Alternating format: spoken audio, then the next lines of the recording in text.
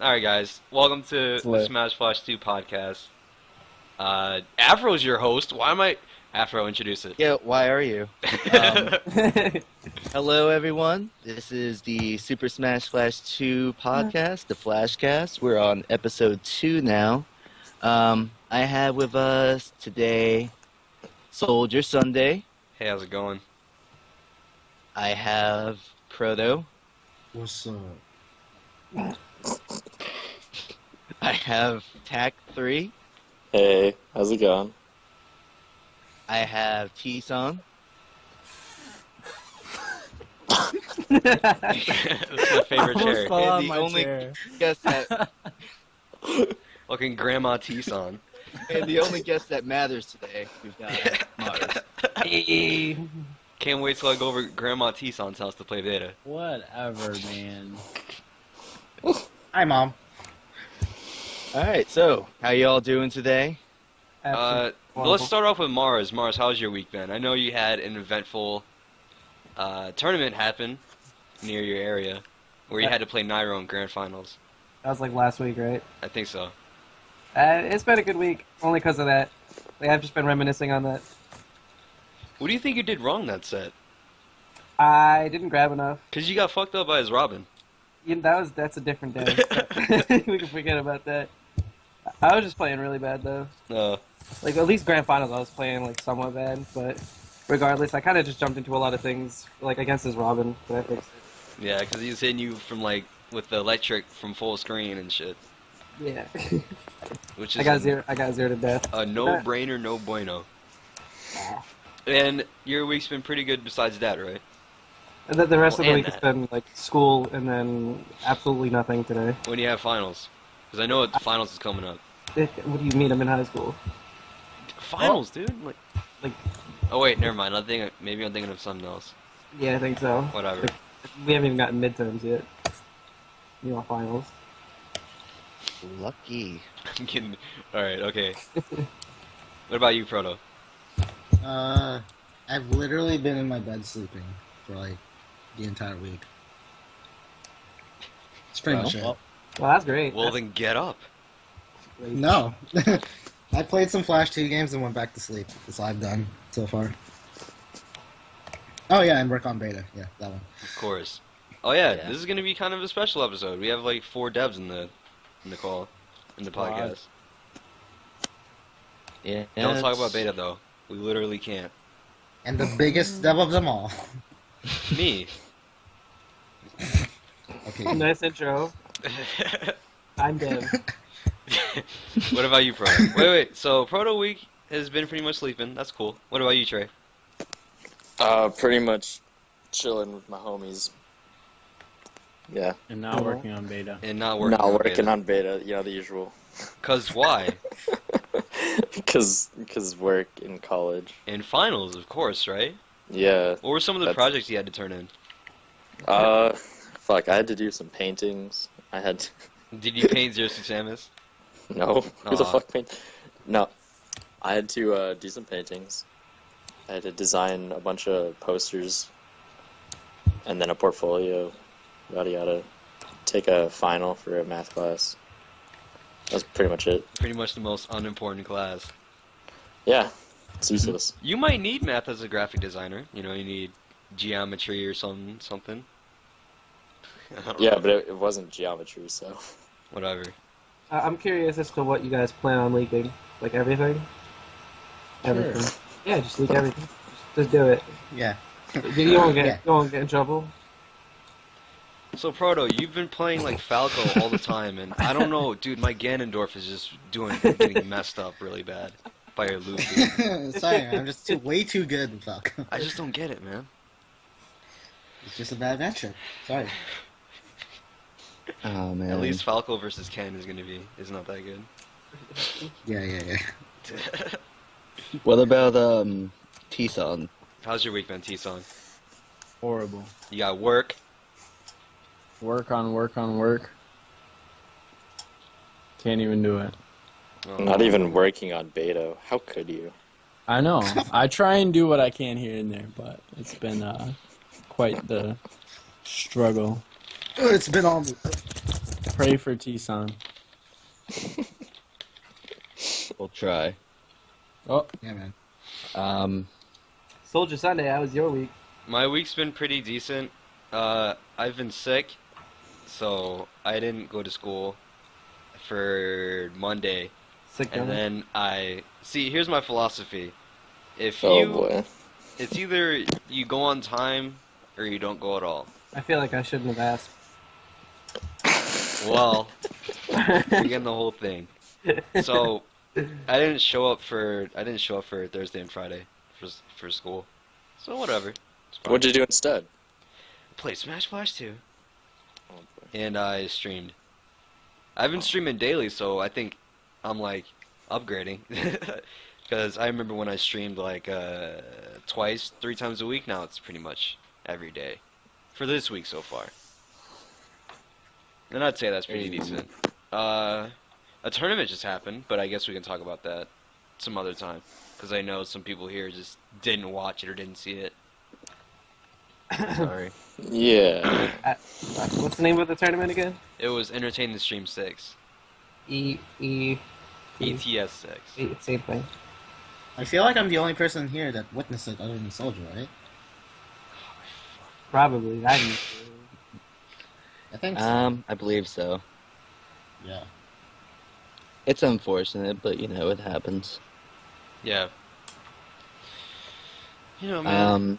Um, Dr. Kirby's doing hashtag Duelgate. I don't think anyone understands what that joke means. it's Nah. fine. It's a funny joke, I swear. As we said, ignore the chat. Yeah, Nah, don't ignore the chat. Yeah, man.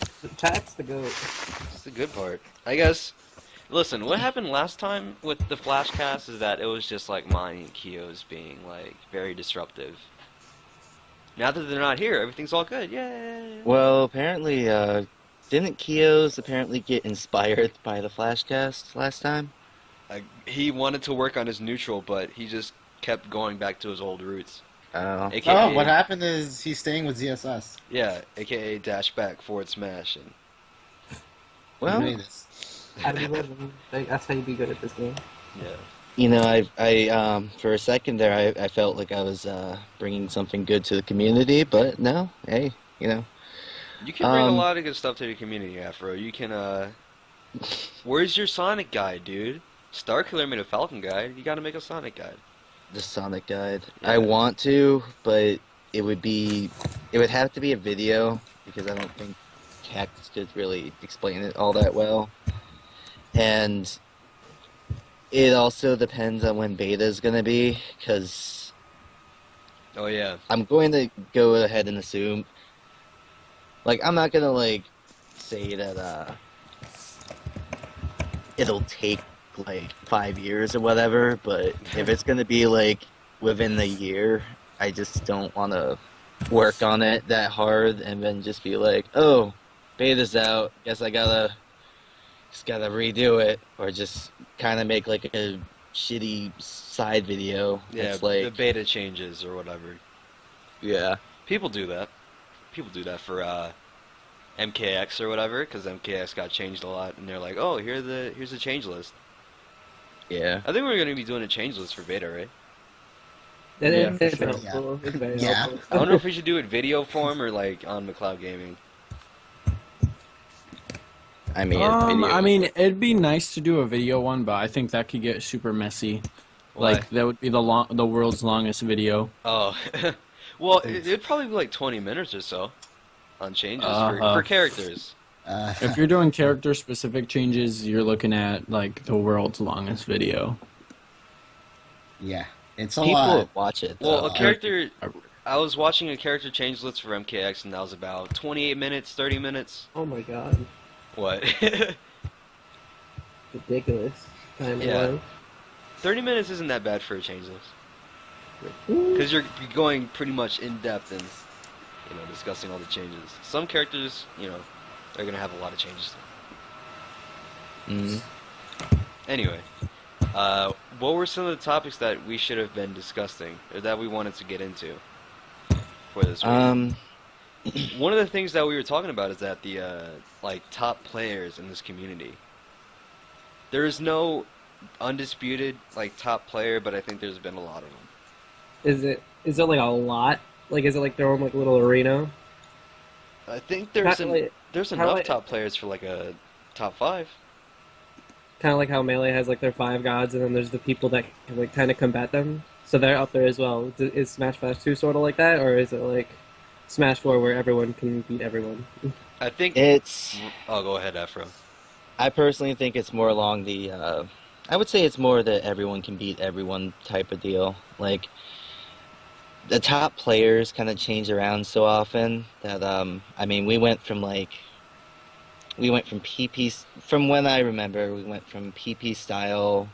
Hell, I was considered the top player for a bit there, and I don't know why, but PP style, Kios, Lunary, and it just at Soldier Sunday, it just changes consistently. But I feel like everyone could beat everyone. Yeah, because I don't think we've put enough time into the development to have like 5 gods. And all like gods have been, losing basically. Because Kios was really good, but now he's getting like, not grand finals, and all that. That's good.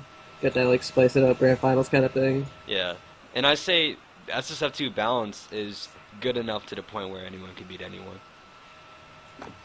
You're not going to see Fox just win every tournament, or you're not going to see Zero Suit win every tournament. Yeah. But for my list for like top 5 players, I'd probably, since I've played a lot of people, I'd probably go with, over the years, Descended Sun, me. Should I say me? No, this is my top 5 players. I'm not going to include myself. It's going to be Descended Sun, PP Style, Kilos, it's another one. During his prime, Trey, No. Tag 3. Tag 3 was really good. But now he's just all washed up, Yeah. so I There can't we say go, that excellent. anymore. I know how you feel, Trey. I know how you feel. And then It's that's okay. like 3. And then I can't think of anyone else. I can easily say Kiyo's has 0, but I don't think they're, I think I got to give them a little bit more for them to be top 5 material.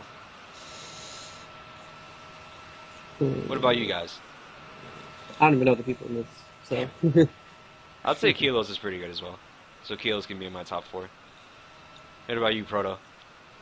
Me, honestly, the people you mentioned are probably the only ones that I would mention. I thought Reimu was pretty good when he did play, but other than that, no real players have really stood out to me. Yeah, there's just a lot of smart players, but not like easily the smartest of the smartest. what about like up and comers? Oh, that's it. That's an easy one. There's a lot of them. There's Joey. there's Mars. Joey, Kios, Chaos Mars. Zero. I think Joey's getting out there. I think he might, if he he's a really, really hidden boss, like really hidden. And I feel like if he keeps winning some tournaments that he just randomly wins all the time, I think he could be up there. Yeah.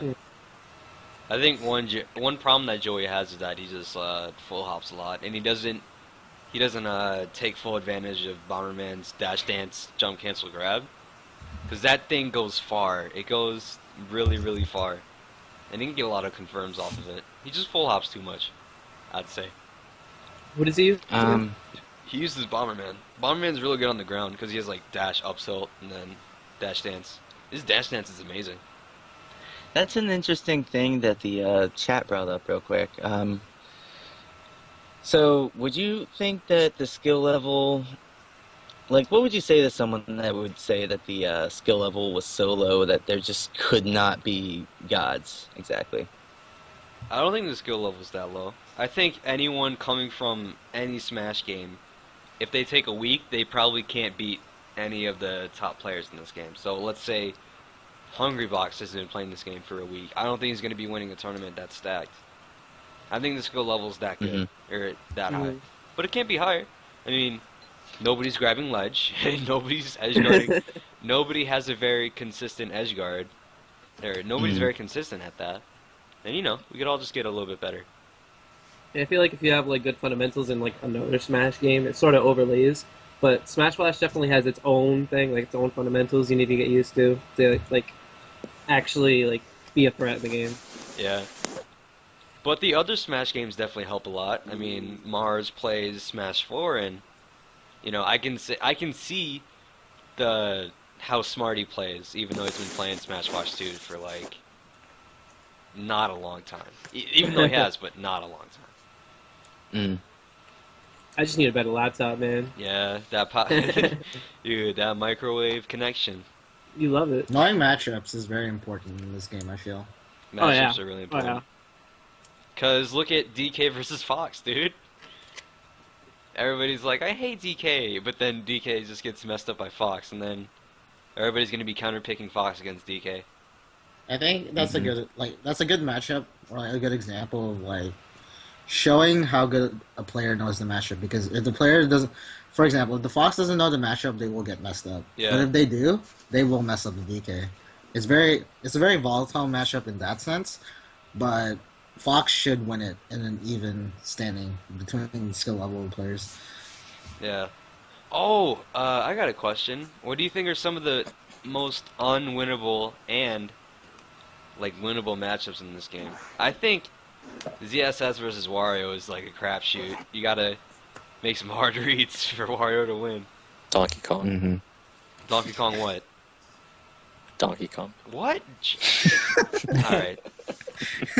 Oh. His own worst matchup. Yeah. It's like Marth in like every game. Just destroys himself. I feel like a matchup that's really bad that a lot of people don't think are very bad is Goku versus Falcon. I think that matchup's It's unwinnable. It's near unwinnable for... It's a very one-sided matchup, and I know a lot of Goku players have trouble in that matchup versus a lot of Falcon players, but if you play it right, it's really... I don't know if there's been any Goku to actually prove it other than, I guess, me. But... I like played... I think me and Proto have played at least 50 games of Falcon versus Goku, and I think I've won only like 3 or 4. That's how... It is not... What? It is not a very good matchup for Falcon. Yeah. He does not have fun. That's nice and all, but let's not beat around the bush, and let's talk about Ichigo versus Jigglypuff. That matchup, Jigglypuff. Dude, remember pre-patch Ichigo versus Jigglypuff? It was the most unwinnable... the side B. What can Jigs do about it? She can't punish it. She can't do shit about it up tilt either. I'm Yeah. gonna teach you guys. Ichigo just stomps a lot of low tiers, I'd say. He stomps a lot of floaties, I feel. I think he even does well versus Meta Knight. Really? His up tilt is just a really good tool to keep them out, and the fact that his aerials like back air, nair, and up air are so big and kill so early versus them is very helpful.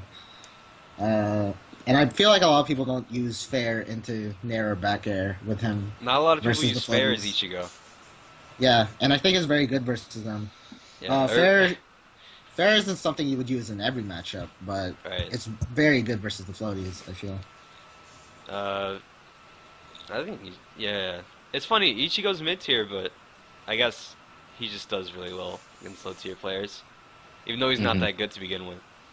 I feel like he's the Ike of the cast, pretty much. Yeah, I feel that way. He could be the Noob Slayer. Then DK is the Noob Slayer. Oh, I guess. Oh. I literally every newer player or intermediate player I can beat with DK. But if I go against Kilos, maybe. If I go against Kilos, never. Yeah, Kilos knows that matchup inside out. Yeah, I can't do Out anything. of his man. freaking hand. DK is the Noob Slayer. Yep. But then I don't know. Another unwinnable matchup I'd say is like Zero Suit Samus versus Kirby. That matchup just sucks, basically. For who? I think Kirby. Kios would disagree with you in that one. What? I think he said before that Kirby does very well in that No. matchup. But Hold on a second. I'm just the messenger. I'm sorry. I don't I'm see shooting the it. messenger, man. Oh, Jesus Christ. I think Kirby versus DSS sucks. Kirby can't do anything about side B. Other than like I think- full hop. I've been playing a lot of ZSS Falcon with you, and I think that matchup's almost as bad. No, I think Falcon has an edge. I think Falcon, yeah, Falcon does bad, but I don't think he does as bad as like Fox Yeah, or. no. Yeah, I wouldn't say Falcon loses as hard as say versus Goku or something, but Yeah. it's definitely still a hard matchup. T-San, what matchups do you think people struggle with when they play against your Zelda? Like, you dominate Zelda versus whatever. You literally honestly, can't lose Zelda versus someone. if they're not a floaty, it's like easily. It feels like it's skewed in my favor. As far as like completely unwinnable, I feel like I do really good against Marths. Oh, I know that sounds really weird. That's something Yeah. that we disagree with. I feel like that sounds really weird, but Marths are dumb. And I think that's the reason I win. I don't think it's a winning matchup, but the way that people play Marth in this game is just stupid. Right. Like they go too far in because fair, like the range is weird on it.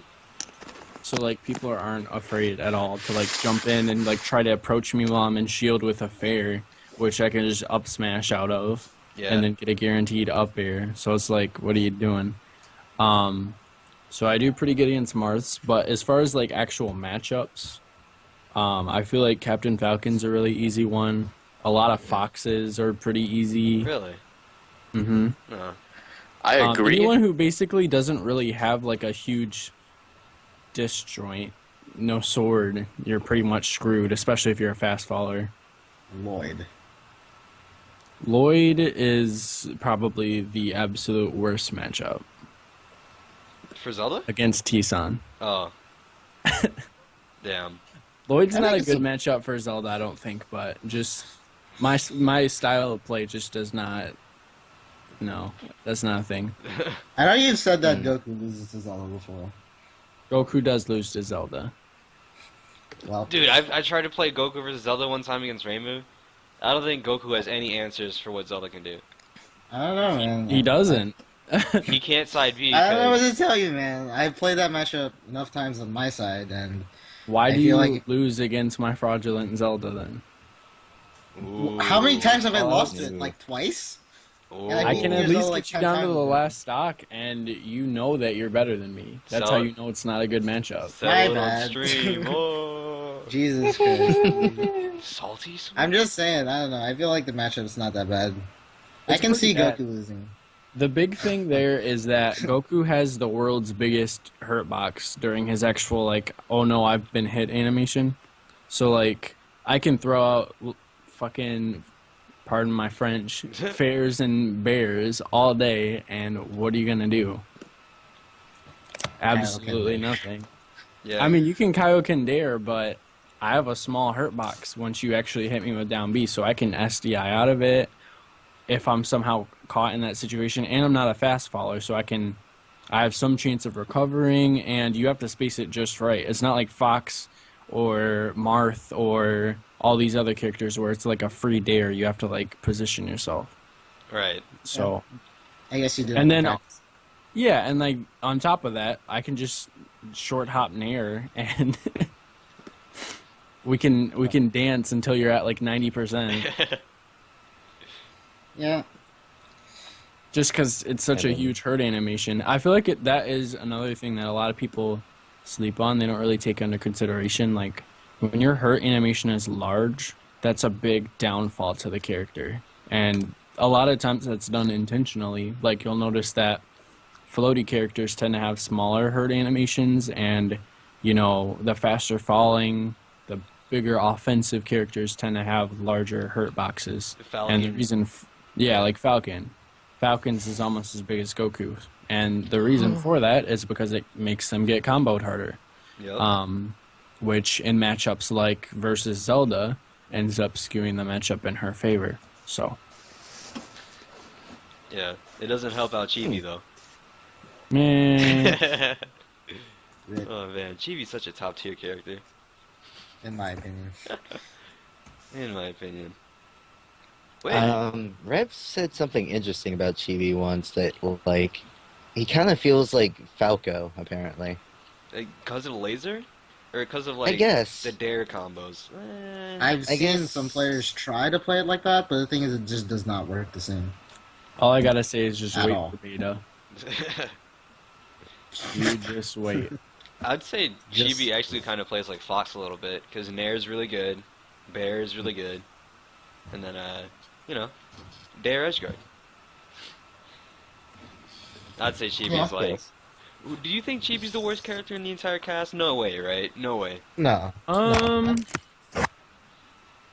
I don't know, cause I feel like with SSF2, the top tiers is really the only place that I'm 150% confident. Like these characters belong in top, 8 or so, and then after top 8, everything's just like, oh, this character and this character are kind of even. Oh, this character has slightly better matchups here and worse matchups here. Like, I feel like every single time, and this is an experience I've, noticed being in the BR, every single person that filled out a tier list, it looks like trash after, 8th place. Everyone's just in a completely different order unless Yeah. they're, copy-pasting someone else's list. That's why everybody has such a different opinion about everybody's tier list. Nobody can really agree I can see on that. one. I feel like some people are still not quite understanding the best characters in the game, and that's why I'm here. But I feel like when it comes to basically below top 8, SSF2 is still evolving. There's a lot of characters that are still sleeper characters that I feel like are really good, but no one has really figured out how to play them the most efficiently. I feel like Bomberman, believe it or not, I know Joey's really good with Bomberman. I feel like Bomberman still is not quite there yet. I had someone on Anthers was at 9th place. Literally all he did was sit there and throw P-bombs and level 2 bombs and maybe throw out a fair here and there, and he was doing I think better than Joey at the time. Wait, who? Better than Joey. Who's doing better than Joey? I don't even remember his username. It was a while back when Oh. Anthers was new and everyone was playing it. Right. But I don't know, dude. I feel like there's a lot of characters like that below top 8 that it's just eh. Yeah. We'll Yeah, put and them another here thing just is because I think Joey's- they go here. Sorry. But, Joey's actually won quite a few tournaments. He has quite a few under his belt by just going Bomberman the entire time. Yeah, but Yeah, how and I many mean- how many of those can we say that are stacked? I Not think, just that, honest, but I feel like the character is just not at its limit yet. And It's not. until the character is at its limit, you can't really say, oh, well, I think this character should be in this tier. Because honestly, if no one's pushing them as far as they can go, like Zelda recently, who knows? I feel like people were sleeping on Zelda, putting her in mid-tier, number 23, and I'm like, dude, what? What the? well, the thing is, Joey's actually won a tournament with Kiyo's in it. And quite a bit of other top players, your usual Chaunch is usually in the tournament, Miracle. He's won those tournaments before. So, he hasn't, just won tournaments where it's just, Randy number 1, 2, 3, 4, 5, 6, then Chaunch. Yeah. He's won fairly stacked tournaments before. Not necessarily the most stacked. Lunary is probably one of the most stacked tournaments of all time. But Joey's won a good amount of tournaments that are pretty legitimate. I know, and don't get me wrong. Joey is fantastic. He's a great Bomberman main, but I still feel like he's not at his cap yet. Nope. I feel like Yeah. Kios is getting up there where I don't think there's a Zero Suit Samus right now that is a contender for his position. You know what I mean? Well, yeah. Where I feel like Randy, fundamental Bomberman number 2, can probably get pretty close to how Joey's performing just out of fundamentals. Yeah, I can agree with that. Yeah, and that being said, chat is definitely right. I feel like Peach is also a sleeper character. She's just so weird. Someone needs to figure it out because I feel like she could be super abusable. There are no Soras. They just don't exist. So I don't know where to put that character. There are no Black Mages, and I know Black Mage for a fact is a sleeper character. Yoshi no is a one's- sleeper character. Yoshi is a gigantic sleeper character. So there's all these people that sit below top 8 and we just like BR had no idea what to do with them.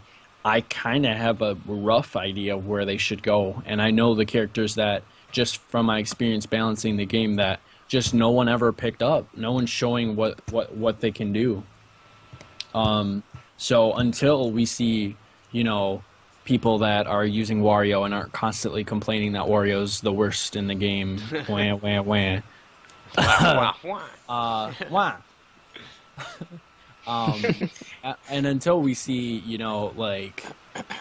I feel like there's not a dedicated Chibi Robo main. Nope. I don't know if Chibi Robo is actually the worst in the game, just because everyone has a pocket Chibi Robo. No one is really like, I like Chibi Robo. I'm going to see how good I can get with them.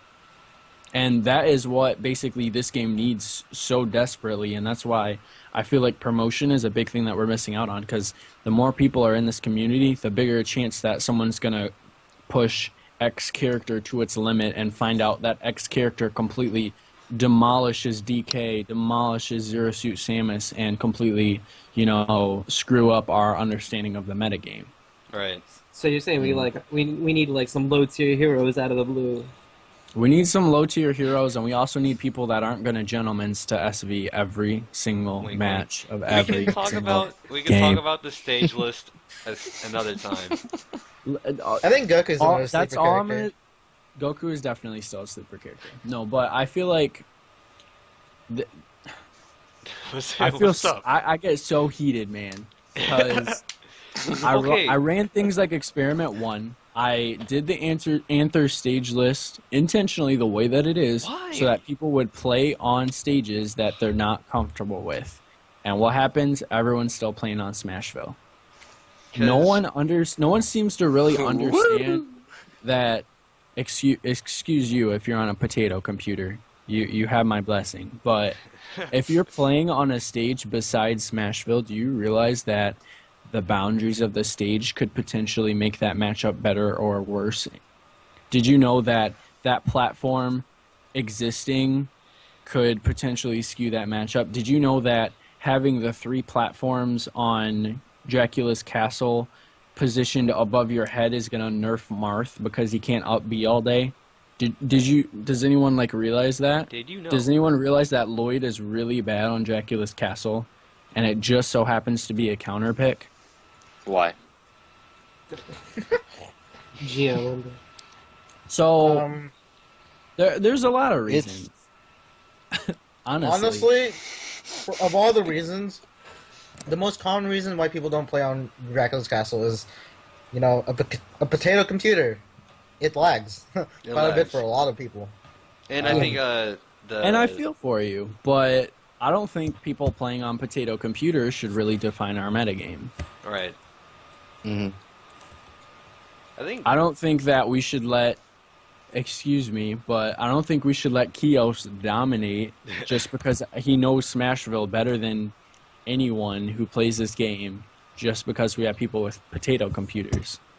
There's a reason that everyone makes a stage list, even the people who, the TOs are still SV. They still make that stage list simply because they know somewhere deep down that if we actually used it, it might affect something. I think people just go to SV because they don't want to strike. I think that's another point. I feel like that's a big reason. They're but I feel lazy. like our understanding of tiers are completely, utterly, just trash right now. Just because how can we rank our characters if we only play on one stage when there's another 8 that could be potentially viable? Could potentially, the stage list has so much to do with a lot of things. And I feel like that is a big... People only pick it because they're comfortable with it. You need to go out of your comfort zone, and maybe potentially you'll get the other person out of their comfort zone, and whoever practiced the most on that stage is going to end up winning. I think SV is not that big of a problem because people still go to Dreamland as counter pick. SV is a comfort pick, but they don't go back to it. They go to TOS, Dreamland, Battlefield, in other words. Do me a favor and look at any pick a random Smash Island, and when you get bored, don't do it right now, but pick a random Smash Island and just tally how many people are playing on which stage, you'll find out that there's 3 stages that people use. All the layouts are super similar with a platform that's usually out of the way, kind of like TOS, TOS or Smashville. And you'll have that one person that will pick a different stage, and then they're like, "Oh, dude, can we gentlemen's to Smashville?" And then the next game they go back to Smashville. It's like so ridiculous. Like that is a big pain point for honestly for me. Like when I ran Experiment 1, yeah. Did you see the nasty ass comments I got? That was rude as hell. From When me. was that? We need that base reality check. I just don't think TOS with hazards on is a competitive legal stage. You may not. And I give you that right. I'm your number one advocate. I think the biggest reason is the desync. But if you guys actually learned... Hang on. If you guys actually learned how that stage works, imagine what it would be like playing against Kios if Kios never practiced on it. Yeah. Imagine what it would be like if you realize that, while the pillars are showing up, I have to stay on the ground and shield. So when Kios is, double jump up being and flying around in the air, he's going to get star KO'd. Think about stuff like that. What if, and I'm just 8-balling here. 8-balling. What if 8-ball. people... Literally no one laughed. People, 8-ball, dude. What if people just pick the same stage over and over again because they feel like it's the only way to show that they're better than someone? I think that's just regarding players. Yeah, but what if they... Well, what do you mean by that? I don't know if every player is going to do that, but I know some are. Look at, I mean, let me put it this way. No items, Fox only, final destination. Like, everyone knows that phrase. It holds absolutely no weight in competitive play, right? Does everyone pick Fox? Does everyone play on Final Destination when you see people playing Smash 4? No one does that. It's a misconception because there's more things that go into skill than raw skill. It's also like that. I feel like that's not the best way to phrase that, but a lot of things go into play, like matchup knowledge, knowledge and mastery of your own character, knowledge of the stage, knowledge of DI, mechanics like that. Like talent in a Smash game is so many like components coming together, and I feel like a lot of the reason for our stagnant development as of late in the community is because people they don't give a shit. Damn. Sorry, not sorry. But... I think that's kind of true because someone can be really good at chain grabbing on FD, but then when you take them to Battlefield, they just get force stock. Yeah, because they don't know how to pretty read much platform like tech me. chases. And then they just jump up to the platform, someone texts right, and they get backthrown. Surprise! Exactly. It's Chibi DK. You lost already. Or are you picking Chibi Robo? And yeah, that's a valid point. Chibi Robo is pretty good on Battlefield. Right. Who else is pretty good on Battlefield that's DK. in top 8? Top 8, though. I don't think DK's top 8. Maybe. Chibi Robo's top 8? No, Chibi Robo is the worst character in the game. But think about what happens to top 8 when you pick Battlefield. This gets way different. Yeah, like everyone in top 8 goes down quite a fair amount, and a lot of the low tier, like Kirby, like, I don't know, Sora, they do better. Get a lot better. Let's just talk about that. Do you guys think Battlefield is a good stage against Zero Samus? Or as Zero Samus? Yeah, because she can't get free dares to get back down to the stage. She can't do down B shenanigans as much, I should say. Wait, who dares to get back down to the stage? When you are close to being star KO'd and you DI correctly, it's a good way to avoid dying. Is it really a thing? Yeah, for sure, because it comes out faster than like an up air would, for example, and it cancels your tumble animation. Think of it as a Falcon Kick. It's a super newbie, think of it as Falcon Kick, because like, honestly, it looks super newbie, but it's pretty effective. It makes you survive way longer if they can't quite reach you, and you have a free down B with invincibility frames if you get threatened. So, And I thought Zero Suit Samus was on Battlefield was always good for Zero Suit Samus. I mean, it definitely it depends on the style of ZSS that you play against for sure. Because Yeah. if you have one of those Zero Suit Samuses that likes to go in heavy, that likes to combo you up to the boundaries of the stage, BF is probably not a good pick. Yeah. And on the platforms, because Zero Suit Samus can, up B when you're on a platform, then you're just stuck there to infinity. Yeah. And, like, you definitely don't want to go Battlefield against, like, a Marth or, like, a Naruto. That's probably just not a good idea. I think Naruto's best stage is, like, TOS. TOS is really good, but think about you have a clone on a platform. Oh, yeah. You literally can't jump. Like, damn. Rip. And all of his throws get way better. Clones on TOS are... I don't know, man. I feel like TOS is Battlefield, or not Battlefield. I feel like TOS is Smashville for people who are tired of picking Smashville. It's another comfort pick. It is, because it's the exact same stage, literally the exact same horizontal width. The boundaries are a little different, and the platform is completely out of the way most of the match, kind of like Smashville. Do you it's think like, it's come on. Do you think Come it's on. a neutral or a counter pick? It is definitely a neutral. Don't get me wrong. It helps out people with bad recoveries, but it's not going to skew gameplay in the way that a typical counter pick stage would. Right, like Dreamland. Yeah. I mean, I don't even think Dreamland is a good counter pick. With hazards on, it's a counter pick.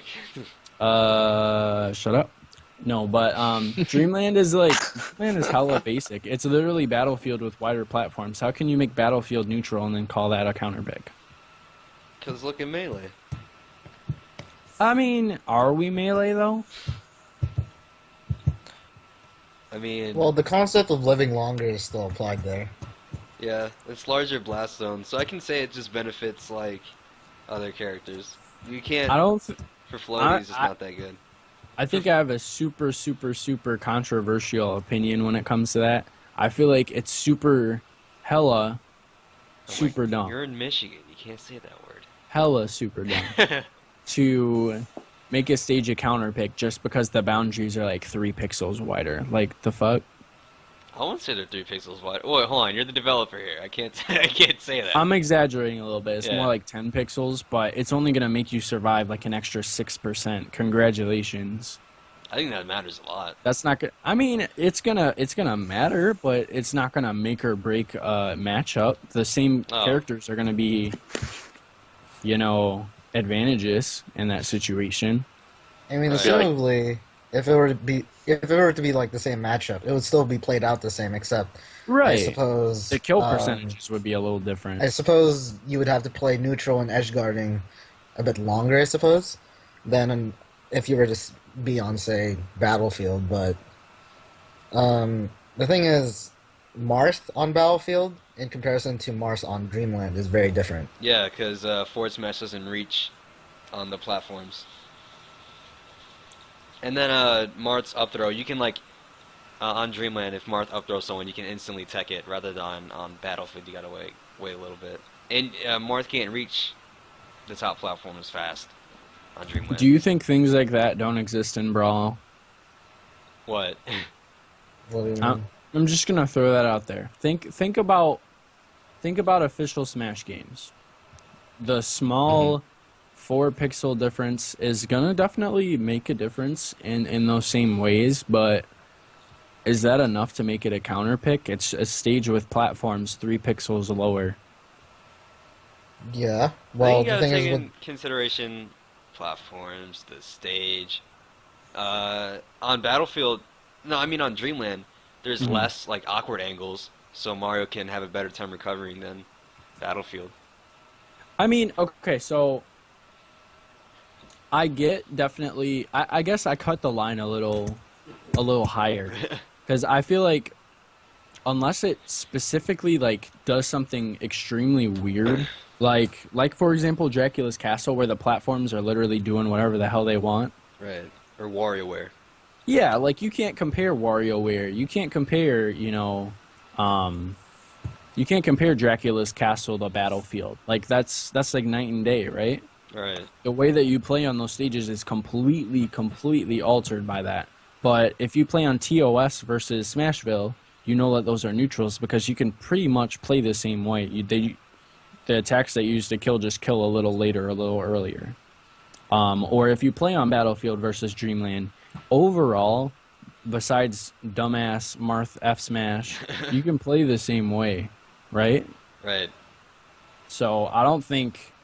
I just think it's really dumb, look, especially if you put those stages side by side and say, all right, close your eyes, which one's a counter pick? Because Okay. if anything, Battlefield should be the counter pick, right? Because Marth can forward smash through the platforms on Battlefield, but not on Dreamland, right? I think it's just probably has to do with, like, Battlefield has always been a neutral. Some bull. Yeah, history since does Melee. say that Battlefield has been neutral in almost every single official Smash game to ever exist.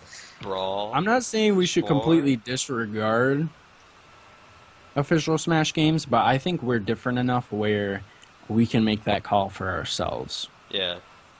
Yeah, I agree with you on that one. I'd say I'd say most of us in the call have a pretty different idea of what a stage list should be like. T-San is definitely more liberal.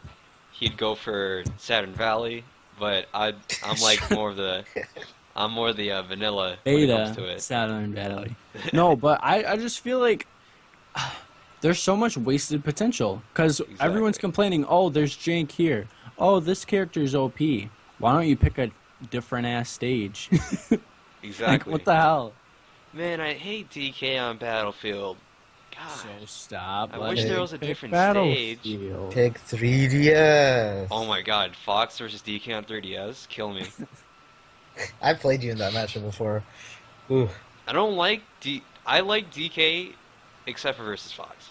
DK has a lot of fun except for versus Fox. If you start, like, from now on, whenever you start playing DK, I'm just gonna go Fox. And then make you stop playing DK and I'll play No, dude, someone I'm else. gonna like play my hardest. I'm gonna try really hard just so I don't lose. You are never gonna win. I'll That win much. versus whatever. Okay, I'll bet my house on that. Alright, sick. Yeah. Yeah, I do think T-San does raise a very interesting point with that. Because personally, my thing is whenever I go to Smashville, because I am one of those players, generally it'll be because it's a comfortable pick for me. It's big enough for me to maneuver around, and I don't have like too many platforms that get in my way. But there's something there for me to either use to recover, or I could do something cool with. So basically, that would be my only reason for picking Smashville. I don't really consider characters that much, or like counter picks or anything with that. But that's something that should be considered in a high level environment. Yeah, so like let's go off of that. So now that everyone knows that you're only good on flat stages with platforms out of your way, now everyone can counterpick Afro Battlefield, and now you're gonna lose every tournament if people actually start doing that. Like Exactly.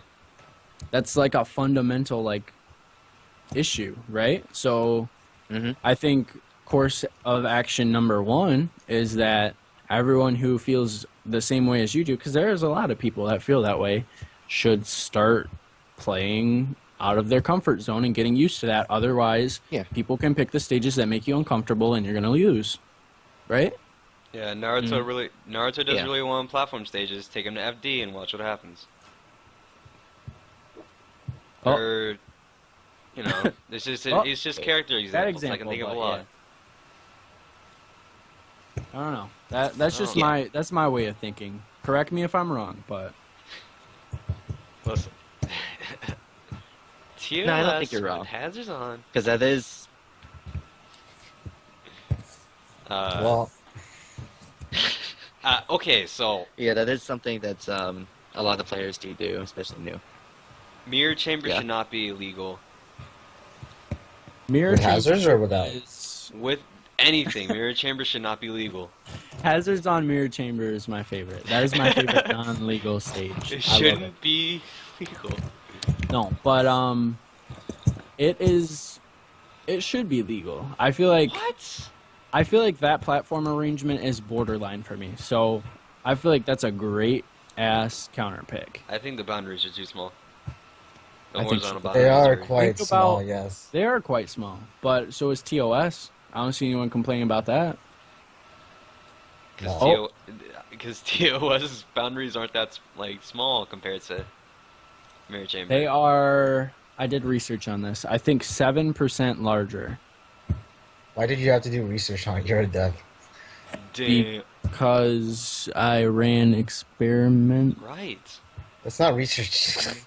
That is research Yes. because after experiment, I went through the data I'm and not even saw gonna argue this with you. this worked, this didn't work. So, with a 7% stage boundary increase, which is gonna let you live maybe with amazing DI 10% extra, what's the problem? It's a great counter pick because think of all the characters that a stage like that affects versus Smashville. Let's use I mean, I'd Smashville as a pick- base. I'd pick I'd pick that Ichigo. versus Lloyd. I'd pick Ichigo and just forward smash everyone at the ledge. Then I'm Oh, just God. sitting pretty. Then I win like 5 tournaments in a row. There you go. GG. No one uses Ichigo, so that'll help us out. There you go. Hey, man. I don't know. I just kind of Yeah. feel weird about it. Everyone's gonna feel weird about it because we've been picking Smashville for 7 years. I mean, look at I think with PM too. You know, there can be illegal stages just because of the boundaries. I mean, don't get me wrong, after a certain point for sure, but I don't think any stage in SSF2 is at that point yet. Okay, yeah, I agree with you on that. We did a good job. Yeah. With PM making Dracula's Castle illegal, even though it's like a really neat-looking stage for some reason. For some reason. For some reason. This is not PM. This is Smash Yeah. Flash 2. Damn devs patting This themselves game on the is back. not PM. Maybe we should talk about that. Otherwise, you guys be dead. Yeah. Otherwise, we get C and D. I'm checking the email every day, fam. So, speaking of that, this is not PM. What do you think are some of the differences from? I'd say, let's just go not even competitively. What do you think are some differences between Smash Flash 2 and say every Smash game ever made, including Realms of Aether? Let me let me just start out by saying everyone explains this in the worst way possible and Even makes me? people not want to play the game. Yeah, even you. What? All right, whatever. Damn. I also agree with that. Trey, I- shut up. It's Sorry true. about it, I but agree with him. when crafting the terms that we all use today, think about what would happen if I love PM, I love Melee, and I'm like, what's this Smash Flash 2 all about? Is there L canceling? And then everybody's like, no, there's no L canceling. Oh, and you can't wave dash. I'd be like, Then I don't want to play. what the fuck is this? So you know that thing that we used to say called auto L canceling Right. We or don't say that super anymore, right? low landing, like no one says that. So when Melee players are like, huh, this game looks really fast, how do I play it? And then you give them the link and they're like, I keep trying to L cancel and it's not working. You just go, it's fine if you hit L, it's fine, it's made so that it eats the input for you, but the landing lag is already low. You don't need to. And they'll be like, oh dude, that's gonna save me so much arthritis, that's great. Yeah, but then when you say no L canceling, they're like, Yeah, if you're like no L canceling, they're like, what the fuck? Why would I play? Fucking casuals. Pretty accurate. What the? There is a good amount of advanced techniques in this game to keep you interested in adding depth to it. Think of Yeah, like sliding off dash invincibility, dash up Yeah, tilt, shut up! Don't even talk about that. up tilt out of shield, If dash you up stand up while you're flying across the stage, you'll have invincibility forever. This is my favorite Smash game. No, but goddamn. tilt. Quick dropping, quick dropping is very important. Quick dropping is a really cool thing. I feel like we need like tutorial videos. Like, I'd make some. What if every time someone was like, "Can you weave dash?" You were like, "No, but there's this really cool thing that you can do called dash canceling. Here's a video of me doing it and showing how it's useful." Yeah. Like, think about how much easier that would make everything. If you just point to someone all the advanced techniques in one video form. tinyurl.com/ssf2 dash canceling. Let's go. Or SSF2 mechanics. Make it happen. There's a lot of them that we can do. I guess for getting people into the community, there's not like a central hub for all the information out there. Because you gotta and like, you talk to top players. You gotta go to McCloud Gaming. It's like a lot of stuff. that's something that I wanted to do. But then, one of the things that I really want to avoid the devs doing for the community is doing all the work for you.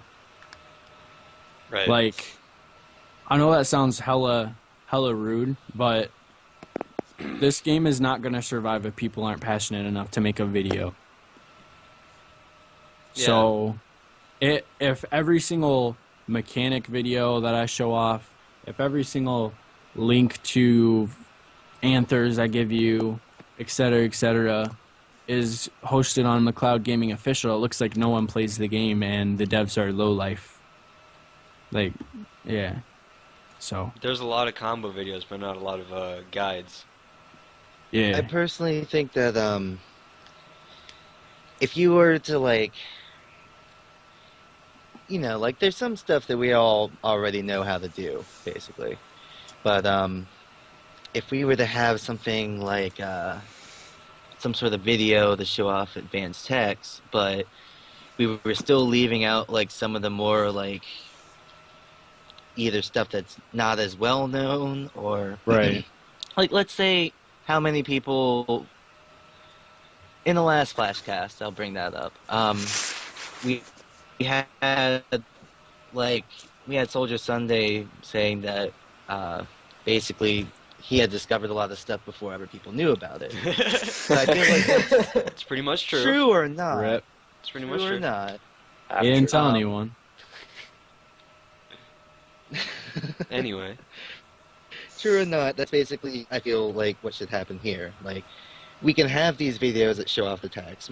But we don't have to feed everyone, like, we don't have to spoon feed everyone, And that's really not, yeah, exactly. You don't want it to be, like,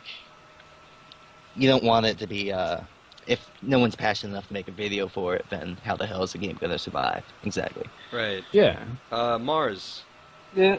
when you were learning Zero Suit Samus in Smash 4, did you encounter any problems with that, like learning it? Or was the information like already out there? I kind of. What do you mean, like information? How did you go about learning how to play Smash 4 competitively? I just played it a lot. That's really all there is to it. I just played it a lot, see what works, what doesn't, knowing like the timing for when you can do things. Right. And that's really all there is to it. Just playing a lot. I feel like Smash 4 is a ton of fundamentals. Honestly, it's not. I don't think it's mechanic heavy. I really don't. And I'm not saying that's a bad thing, but for a game like SSF2 with all this extra fluff that you kind of have to learn, I feel like Smash 4 styled character AT videos would be super helpful. Like, imagine, think about that vectoring video that came out and sent like the whole community into a panic. Do you guys follow Smash 4? I feel like you don't. I know about I remember Vector. that video. I knew about Okay. that. Yeah, there was literally every little thing that they discover, even if it's just pressing A out of knockback to avoid going into the crash animation. Oh, I know about that. Yeah. It gets a whole video dedicated to it. It gets commentary over it. It gets shared onto Reddit. It gets shared onto all these Twitter accounts. All these Twitch accounts immediately start playing with it on live stream. When something gets discovered in SSF2, it's just like, oh, okay, I guess I'll play online mode a couple times. Like, no one's going to learn from that. Sorry. It's those like little things that really help like Smash 4 expand. Yeah, like perfect Perfect pivoting is a good example, I guess. It's the smallest and like most situational thing, but like it helps like a lot. It helps a lot, and also, even before people found actual uses for it, think about how many people were constantly practicing it, constantly posting about it. It was all over the front page of Smash Bros. Reddit. Like, these things just don't happen to SSF2, and you gotta question, like, why? I think the Reddit just hates Smash Flash too. No, I think Smash Flash 2 just doesn't go on the Reddit. I think both. There's been like, I looked at it. There's been a handful of posts to the Reddit for Smash Flash 2, and they've all gotten, I'd say, 10 upvotes or something like that. There have been successful ones, There's but been the only time you're going to have a successful one is if, 1, it appeals to Smash 4 players, or 2, it appeals to PM players. No one between.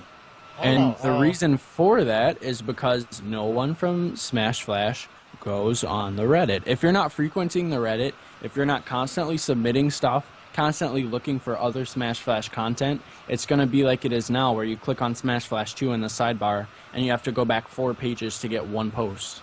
Just because there's nothing being submitted, there's no one upvoting. Oh, that's how that sidebar thing works? Yeah, it filters the stuff out from the current page. So, like, if there's no SSF2 for 4 pages, you still have 4 blank pages. I was wondering why I clicked on it and, like, nothing shows up. Because there's nothing to begin with. And I honestly don't think SSF2 content is hated, because I've posted my own videos on Reddit before. Well, one, and on the first day it got Reddit Gold. So I don't know. I feel like if it's good, it gets attention, but it has to either appeal to other people, or I don't know how this would even be a thing, but we have to get Slack on board, we have to get IRC, or what's left of it on board, we have to get Skype on board, and we need to use the Smash Bros. Subreddit.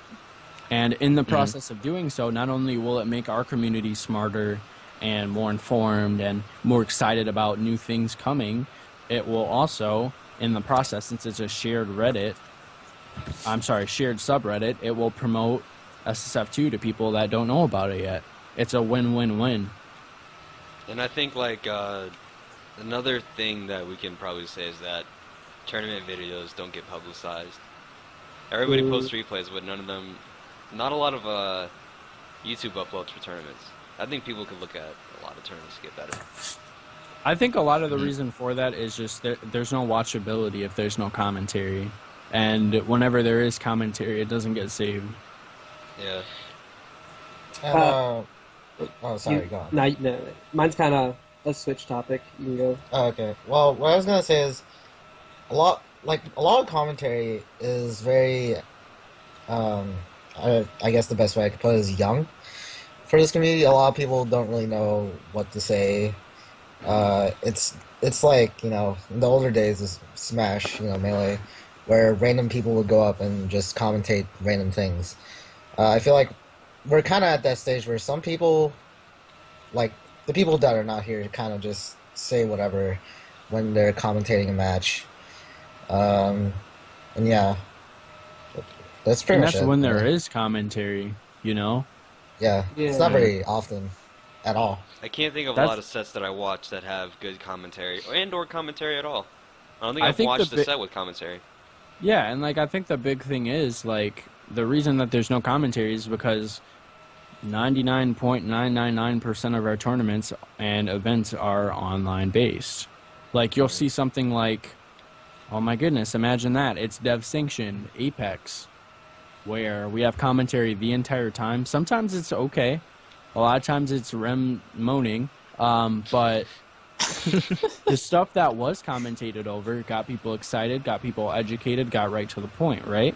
So has anyone even put any thought into going to their local Smash club, Smash event, and bringing SSF2? No. And that would be a great way to not only get commentary and get new people playing, but it would also kind of advance the community and advance the metagame. Right. We're super grassroots, and think of how Melee exploded. It was because people were dedicated. People took the time out of their day to make that game successful. And if no one feels that strongly about SSF2 after beta, SSF2 pretty much has no future. Right. I hear people say this all the time. It's just that non-native controller support really is killing SF2. But that's not our fault. That's really has to do with Flash, right? It's not completely our fault.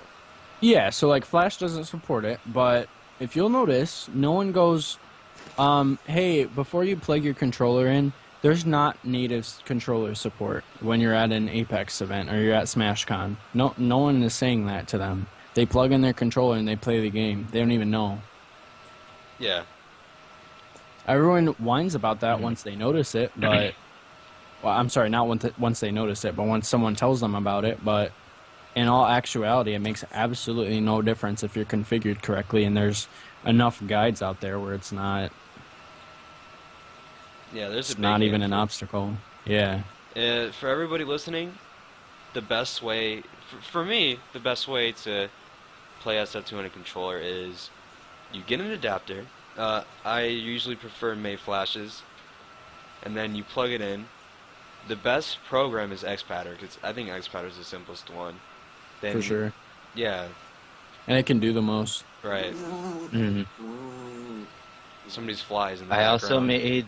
It's a dog. Sorry. Someone's dog. That was me, sorry. Somebody's bungalow. I also made... My stomach.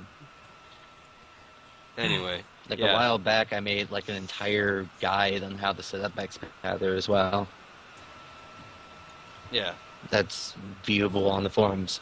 If you have Yeah, and there's like 4 videos. Yeah, there's Taylor Nichty's video, there's your dad's video, there's Afro's, and then I guess there's another one. Yeah, dog. Mm-hmm. Your dad.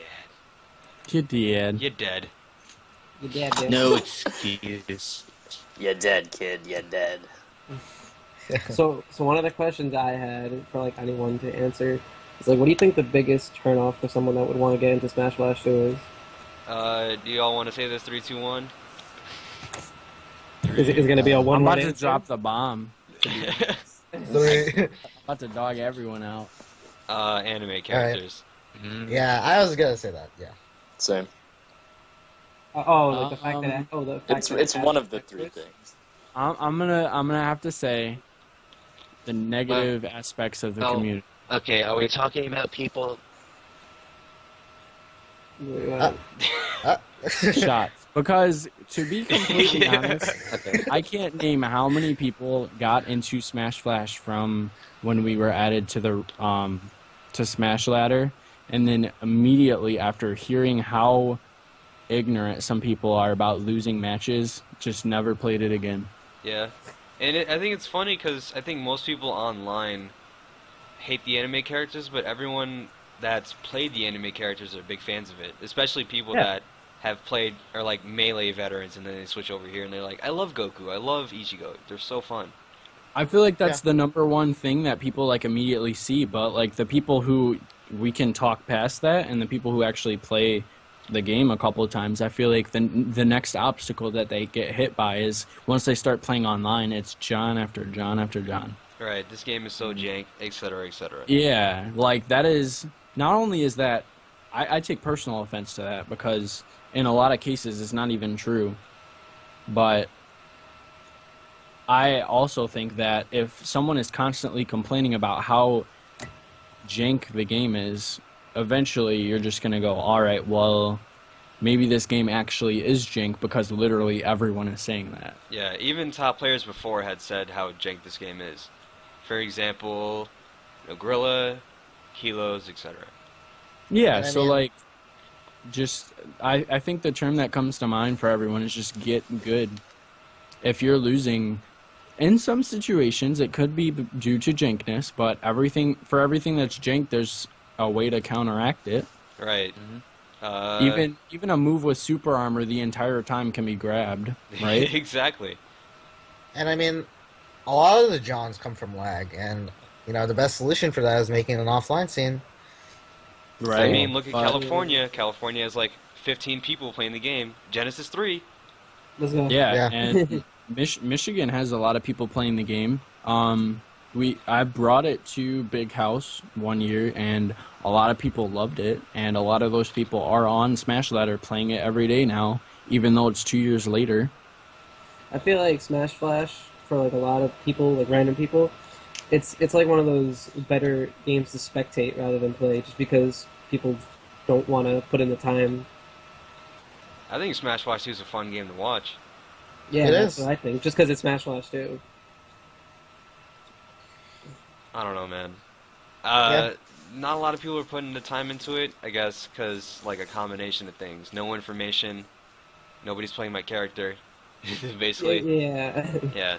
A lot of competition. matchups are really fun to watch, especially ones that you don't see. I personally like watching Goku Ichigo a lot, even though there's like maybe 3 matches of it to ever exist. But I think that's a pretty fun matchup to watch. Just the crazy things that happen in that matchup.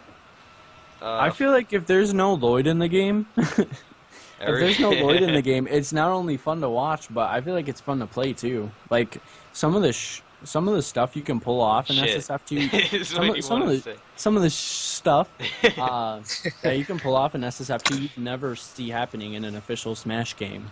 0 deaths come by so easily, and I feel like we're so desensitized to that because we've been around so long, but think about someone who's been playing Melee and has to put in, like, the world's longest input string in order to get a 30% combo. Right. Or someone that's used to Street Fighter, even. What kind of stuff do you have to do in order to get a kill in that game? You gotta... proper spacing, man.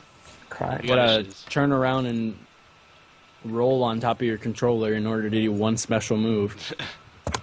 Quarter circle forward isn't that bad. Yeah. I mean, look at Ryu in Smash 4, you know? It's bridging the 2 worlds. I don't know, I just feel like... I feel like, though... I guess I'm supposed to feel this way because I helped plan this out, but SSF2 is designed to be...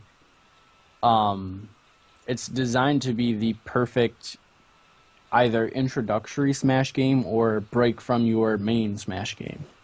So it's meant to be supplementary. So the people who play Brawl can literally open up SSF2 and do a 60% combo no problem. It's because it doesn't require... It requires fundamentals above all. A person who plays Melee can pick up SSF2 and do a 60% combo just as good as someone who plays Brawl. It's 150% fundamentals and like 10% character knowledge. No, I shouldn't say that. Like 40% character knowledge and like 10% like Luck. no. 10% port priority. 20% concentrated power of will. Really, 10%. I don't know. That's something that really excites me, though. Anyone can pick up SSF2 and be good at it after 5%. a reasonable amount of time. Right. Look at Mars, the up-and-comer. What up? The dream. He got himself. Local Smash 4 champion, now he's going to pick up SF2 and be a god. And it's gonna take some time. It's going to take some time. And a Maybe- new laptop. Yeah, I was gonna say that. Even though Mars has been playing Smash 4, he's still getting rock crocked in Smash Flash 2. It's going to take him some time, but he's going to start winning soon, I'd say. He already did. He already did. Once. He already beat Afro. Yeah. Well, there you go. There you go. I beat his Jigglypuff Already better than me. with Black Mage. Be proud. Oh, I'm so proud. Proud boys. Who even The wins god. Black Mage Jigs? Is that a bad matchup? I don't know. I don't know. No one plays it. I feel like Yeah, it- those are two characters that no one uses, so... It's I- like the anime characters versus each other. I don't know what the matchup It's like is. Chaunch versus Axe Ending. Again, that never happened. Wait, no, it has. And Chaunch Really? lost that. What? Chaunch lost. Yeah, Okay. and Chaunch was not happy at all in that match. Black Mage wins, I guess. Does Yeah, he anyone was even, complaining like, about Black Mage. Anyone even know Black Mage matchups? Like, what's a good matchup, a bad matchup? A good matchup for Black Mage. Sora? No, I can't even say Sora. Yeah, for sure. Really? Definitely Sora. I think Black Mage beats Marth to an extent. I think Black Mage honestly just beats characters that are not disjointed. Kind of like Zelda. Black Mage is one of those like slower characters that punishes being stupid. Yeah. Yeah. To be honest. Lloyd is the noob slayer, though. Everyone's the noob I got slayer. slaughtered. He all tried to time me out. I think it was Afro tried to time me out. That was Proto. Lloyd. That was Proto. Okay. There's a special place in hell for people like you, Proto. Yeah, hey man, you were the one who mentioned, hey, I timed this guy out once. I mentioned it. Oh. Not enough circles in hell for Proto. Yeah, I have done a lot of things in my life. I've done a lot. BM beats DK? What? Last I heard, I think that could be a possibility. I could feel like possible. I don't even play the game, kind of, but like the way it looks, I feel like Black Mage does really well against like fat characters like DK. And yeah, because like I can think of how is DK gonna do with Meteor? Yeah, he definitely does have a hard time here. And then how is DK gonna deal with side B? He can't like, punish it very well besides D-tilt, so Yeah. Although if Black Mage is above DK and he just starts up tilting, oh yeah, it's over. It's over. It becomes a bit of a problem from there because Black Mage doesn't really have good tools to get him back to the ground. I mean, he could there, but it usually Literally Meteor. What? Yeah, just follow the meteor. Just meteor and then follow it. Oh. Yeah. Well. Get it That's together. still a valid point though, because it has a lot of startup. True. So you gotta like actually have the time. And yeah. I don't know. That's a crazy matchup. This is another thing. Not a lot of information about matchups. Nobody's really done an extensive conversation about it. Wasn't there There are people who made matchup charts, but there's no one really talks about the matchups a lot. I can tell you in Slack, I have seen multiple people be like, hey guys, this match, what is this? I've seen it like multiple times, and like literally 50% of like the characters are missing in terms of matchups. It's like not available. There are a lot of unexplored matchups in this game that people just have no idea about. Like Marth Naruto. Who wins Marth Naruto? I don't know. Probably Marth, but I don't I know. think Naruto wins I would say Marth wins I that. think that's one of the few situations where Naruto can deal with a character with disjoints. Because I played a lot of spammy clone Narutos. Marth doesn't have a good time dealing with it. Because he has to find the time to D-tilt the up B clone, and while he's doing that, Naruto's in the air doing aerial down Bs, and then he's throwing side Bs. I think dash attack is very good versus Marth with Naruto. If you know how to combo well with Naruto and follow up tech chases after a knockdown, I think it's a very rough matchup for Marth. You can play it both aggressive and defensive, or zoning, I suppose. Right. Not necessarily defensive. But, yeah, I think Naruto does fairly well in that matchup. I'd have to play it more. Man, we could make an entire podcast just discussing matchups, huh? Yeah. Yeah. Probably. That would take like 5 hours. Yeah, the entire matchup encyclopedia. We would just discuss each matchup. It's like, Oh my god. All right, Mario guys. DK? Mega Man DK wins versus Jigglypuff? That's not really a thing, but I'm pretty sure it'd be Mega Man. Really? I honestly think Mega Man's kill power just because people don't know. His down smash is so strong. Mega Man can like up tilt. Let's not even worry about down smash and up tilt. Let's just he'll do down B and he's gonna switch to block. What are you gonna Brick. do? His back air is also very strong. You're gonna go all the way to the right people side. sleep on it. Yeah, brick forever. What can Jigs do? Oh my god. Brick versus Jigs, the matchup. Brick versus Smash and Crash versus Jigs. Oh my god. That sounds like a rough nightmare, dude. I don't want to live through that. Yeah. Go to the right side of Smash Roll and cry, and that's how you win. Yeah. Because I don't think back air beats out Brick, does it? I think Brick is gonna force Jigs to the ground because Jigs has to like power shield and shield it. Yeah. Yeah. And she's gonna have to try and Jigglypuff grab being it. on the ground is just trash. Yeah. They're immediately screwed. Side B. Yeah. So Does it still have good shield damage? who? Jig side B. Not as good as Smash 4. Yo. Yeah, not nearly as We good. need to Actually. fix that. No. Wait till Actually, beta. probably. Good point. Good To be point. honest. So, Just open I- this. And I feel like what would be a cool addition is moves that have like a bunch of shield damage for no reason. Mars Yeah. Dev? What? Let's Mars- go. there are a Marth. couple. I mean, like Marth neutral special still has a lot of damage, and I think we souped up a lot of Bowser's attacks, and a lot of Donkey Kong's attacks are, I think, higher than normal in 9B. yeah, I think it's interesting because I've only seen Buff DK? DK is like mid tier, of course. Bring back pre-patch up B, the Oh helicopter. yes, from the abyss. Let's From go. the abyss. Let's not do that. Let's save it. But what was I gonna say? Oh, I've only witnessed about 2 shield breaks in my entire SSF2 career. I got Were they some both stuff. from you? Were they both from you? Let me ask that question. Oh No, wait, no, no. 3. I broke no shield. Accidentally got a shield broke, and then I got my shield broke. Oh. Yeah. When I Axe feel got his like- shield broken by Trevizy, that was the funniest thing. Just You suspecting have him to too be like, much. you have to be really screwing up to get your shield broken in SSF2 because Yeah, shield yeah. stun is not high enough where it would be a problem with like having like shield break combos, and at the same time, shield like deterioration is also not high enough. Yeah. So Should it be made basically, higher? How's shield Process. regeneration? you don't even have to worry about regeneration because the shield already has so much HP. By the time it gets down there, you're probably regenerated a full shield. Is that a good thing or a bad thing? Probably. I mean, it.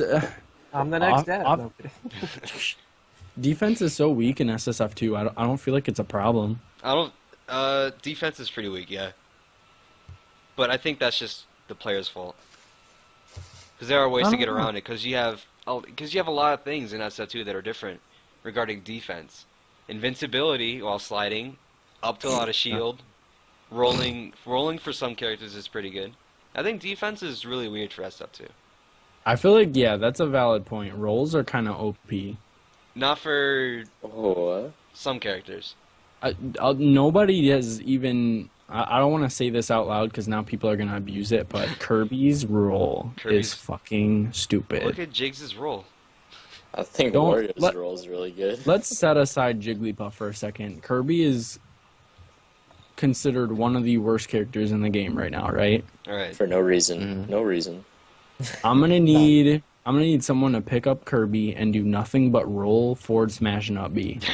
I got you, fam. We had a Sora already do that though. We had 5 Kirby players already do that. I mean, Kirby. Sora's roll is okay. Sora's roll is okay. Kirby's goes 1/3 of Smashville. God damn. Goddamn. And it's So- pretty fast, yeah. Yeah, and the frame data is a lot slower than it's supposed to be. Kirby's regular getup is weird. You can't jab reset Kirby reliably. But I think that's Donkey fixed. Kong's tech is like 20 frames shorter than it should be. Yeah, I think that's fixed. That is definitely fixed in beta. Good data. Yeah. So, I don't know. Yeah. Black Mage's role is really good as well. No. No, I don't even know. I don't even know. No. I think he has a good role. I haven't really I rolled. don't it. even know what his roll. I think. Yeah, I his roll Okay. goes really far. I think it's kind of slow, isn't it? It's pretty fast compared to like Marth, Falcon. I rolled like 4 Its times. speed is average, but like the distance is pretty good on it. Dude, I love DK's For roll. BM. You grab in front of him and it still grabs if he's behind you. The greatest of all time. I think DK's tech roll is probably way too good. DK I don't tech, know. I don't DK really has, like, see it being a Fox's tech. problem. Honestly, DK. like I know it can be annoying, but it's annoying because you screwed up. It's not annoying because it's overpowered. Right. I think DK Yeah. just has a really fast tech roll. So And now DK's tech Tails. rolls- When's beta? Tails probably has the fastest tech roll. I'd say. Uh, Fast Oh, I five. think I'm pretty sure DK's is the fastest in the game. Okay. I think Black Mage has a decent sidestep or spot dodge. Yeah. Yeah. Where's the best spot dodge in this game? Can you call off the top of your head? I only recall I couldn't tell players who you. spot No one dodge spot a lot. dodges. And, like, honestly, the only players that I recall that have spot dodge versus me in the past is, like, Kios. yeah, maybe once or twice, and that was No, it. wait, what? Every match Keo spot dodges. I don't feel like know, spot dude. dodges He, are like, just bad. plays ZSS, so I don't know. I never Maybe noticed. DK. Yeah, I've Well, seen DK spot dodge. I mean, it looks DK ridiculous. spot dodge is alright. I mean, I love the way it looks. Don't get me wrong. Yeah, but I don't it's think my Like, favorite look at it. face. Good. My favorite spot dodge. Bowser's is Jesus. up there though. Bowser's is up there. Leaks! Future content. You guys have seen it. Have you guys seen it before in like the reveal? I don't know. I No. don't remember. No, they never. No. It's funny. It's the best. What? Greatest of all time. So, Other than that, yeah, defense for SSF2. It's not too traditional, I'd say. You have to utilize the mechanics a bit more. I'm not saying that defense is bad in SSF2 per se. I feel like that statement is wrong. But I feel like offense is so good that defense is not really particularly a problem. Yeah, I can alright, see that. I'm gonna make my Black Mage just stop meteor and pivot grabs. Oh. Oh wait, sounds like a good idea. Oh yeah. You know, there's a lot of other pivots you can do, Mars, besides pivot No. grabs. No, just pivot grabs. You got pivot jab, you got pivot Nah. up tilt. That's pivot too easy. Anything. It's too easy. Pivot If he down wants to. tilt. You know what? Actually, I feel like that's one thing I really like about SSF2. That you can do a standing grab in the opposite direction without wasting a frame. Hmm. Super awkward mechanic. Like, when you think about it, it sounds like it's nothing, but it is so helpful with, like, people that have good grabs. Because in official Smash games, if you want to do a pivot grab, you gotta run first. Oh, okay. Yeah, I see. It's a pretty good mechanic. What do you think, like the game's cast itself? Do you think there's a good balance of like rush down characters, zoning characters, campy characters? All the zoning characters, I'd say, don't I do don't- very well. I don't think we even have, like Like a a betting- specific design zoning character. Yeah. Well, wouldn't Mega you say Man was supposed to Mar? be one, but no one plays him that way. Yeah. Mega Man could be a zoner. Then Mega Man's like low tier or mid tier. I feel like no one wants to play the zoning characters. Nah. Not, Could, not um, a game like Flash. Could Bomberman count, maybe? I don't think he's a zoner. Bomberman is rushdown. He can be played as a zoner, but not primarily. Nah. I've seen this a lot. Goku is a zoner. That is I- Snipe B all Goku day. could be. Yeah, I've Goku seen it could with be, my if you're own bad, two eyes. kid. I've seen the legends. I'd say Zero Suit Samus is a zoning character. Can be a zoning character, even though she's not Mm, particularly designed to be that way. I don't Yeah, you think know what? she's. She was designed that way. Oh, Zero Suit Samus doesn't. I don't know if you noticed this, but she's not particularly good at rushdown. no, she's I not. don't think she's like the best at that. I think Yeah, you I've He kinda always have to plays her mix it. super aggro, but like, I don't think anyone else could get away with that. If you shield fair, all they have is like down tilt or grab, and then you can just spot dodge both and punish it. Not even. You could just straight up grab her out of fair because Yeah. the second hit is so slow. Rush down ZSS. I don't know, man. She doesn't have actual combos unless they're from up B or down smash or B. Like, that's literally her Or- only combo starter moves, and she has no combo continuer moves. Yeah, but I think Detail she just is does like- very well against like her combos seem pretty much endless against Falcon or Fox I mean, Yeah, yeah, because she just continues and continues till you're off yeah. I stage. played that matchup. Yeah, I don't know. I feel like that's just Kios being really good. Probably, I- yeah. Or just I think that's Everything is just the super character's potential. hella DI dependent with Zero Suit Samus. She doesn't have anything guaranteed unless it's from those 3 moves I listed. I think Detail can combo a bit, and I know I played Soldier in Falcon ZSS quite a bit for some time now, I think. I mean, think about it though. If you're not doing down smash and you're not doing neutral special, what guaranteed combos do you have? Yeah, it's a lot of tech chasing with. It's entirely even. She wasn't designed to be a combo character. She can be if you're just really good. And I feel like that holds true for pretty much any character we design as a zoning character, because if they were horrible at combos, they wouldn't be an SSF2 character. Yeah. Like, I can agree look with that. at Mega Man even. Mega Man can combo. He wasn't designed to combo. You can tell that because none of his aerials really flow into each other. Yeah, and they have like massive landing lag. They have massive landing lag, but if you chase them correctly, you can still make them combo. You can do fair into like, if they DI in, fair into up B reverse bear. Yeah, but like classic. you look at a character designed to combo like Falcon, Fox. like Fox, you can like do shit and it will just work.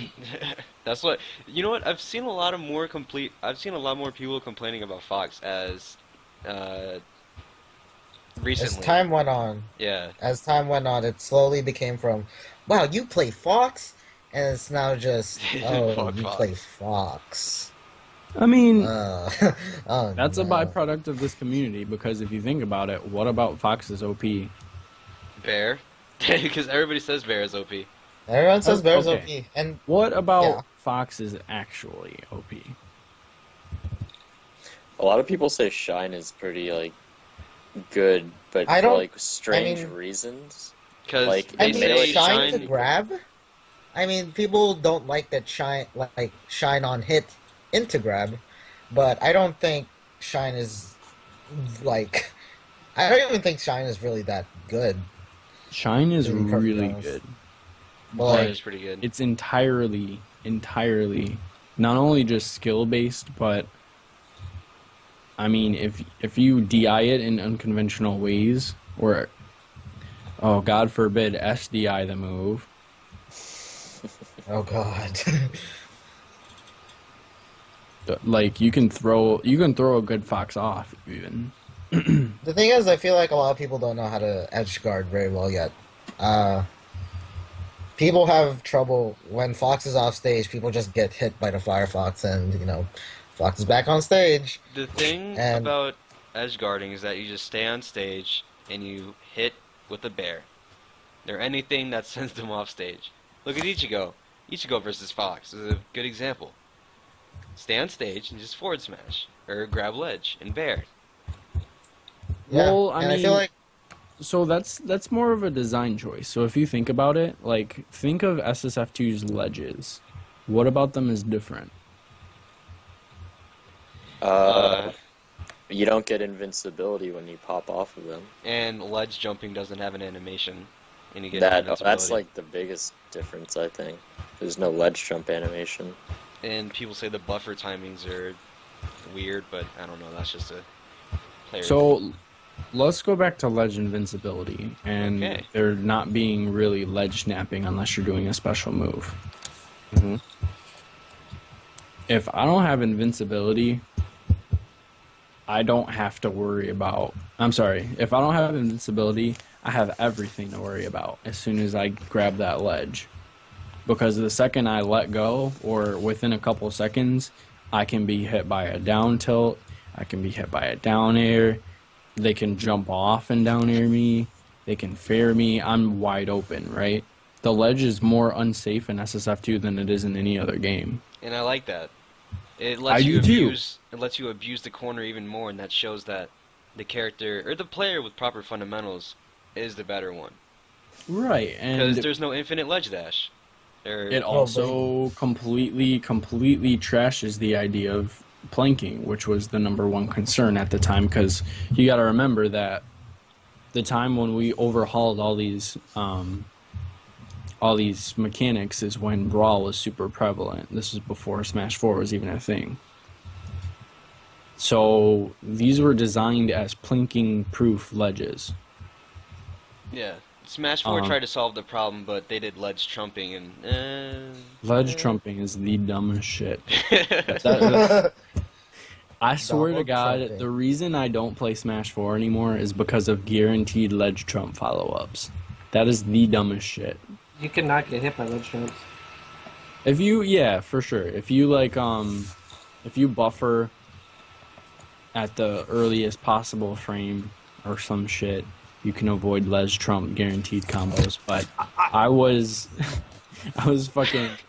I didn't make it out of pools in Smash 4, and I was just like, all right, fuck this, because all these niggas would do is ledge trump bear. Yeah, with Mario. I feel like at like a really high level, it just adds a whole nother like level to mind games at that specific scenario. I don't know. I feel like high level Smash 4 is who can force. I feel like if you grab the ledge, you're basically screwed if you aren't buffering already. So it can be like a game of chicken? Then it can be a bait, because Zero Suit has a tether trump, which is even faster than a regular trump, and I can immediately act out of it. So either I can do that, and then like I would assume that you react with like a roll onto stage or a get up attack, so you don't get trumped, and then I'll just punish it. Or if you like you don't see it coming, I can just back air you. I guess it's different for tether cut characters, but Zero Suit's the only one that can do it. I play Villager just to put that into perspective. So I practiced on what did I practice against? I practiced against pre-patch Luigi. Got hella good because I was expecting everyone to play Luigi, and Sheik ledge trump bear was some bullshit.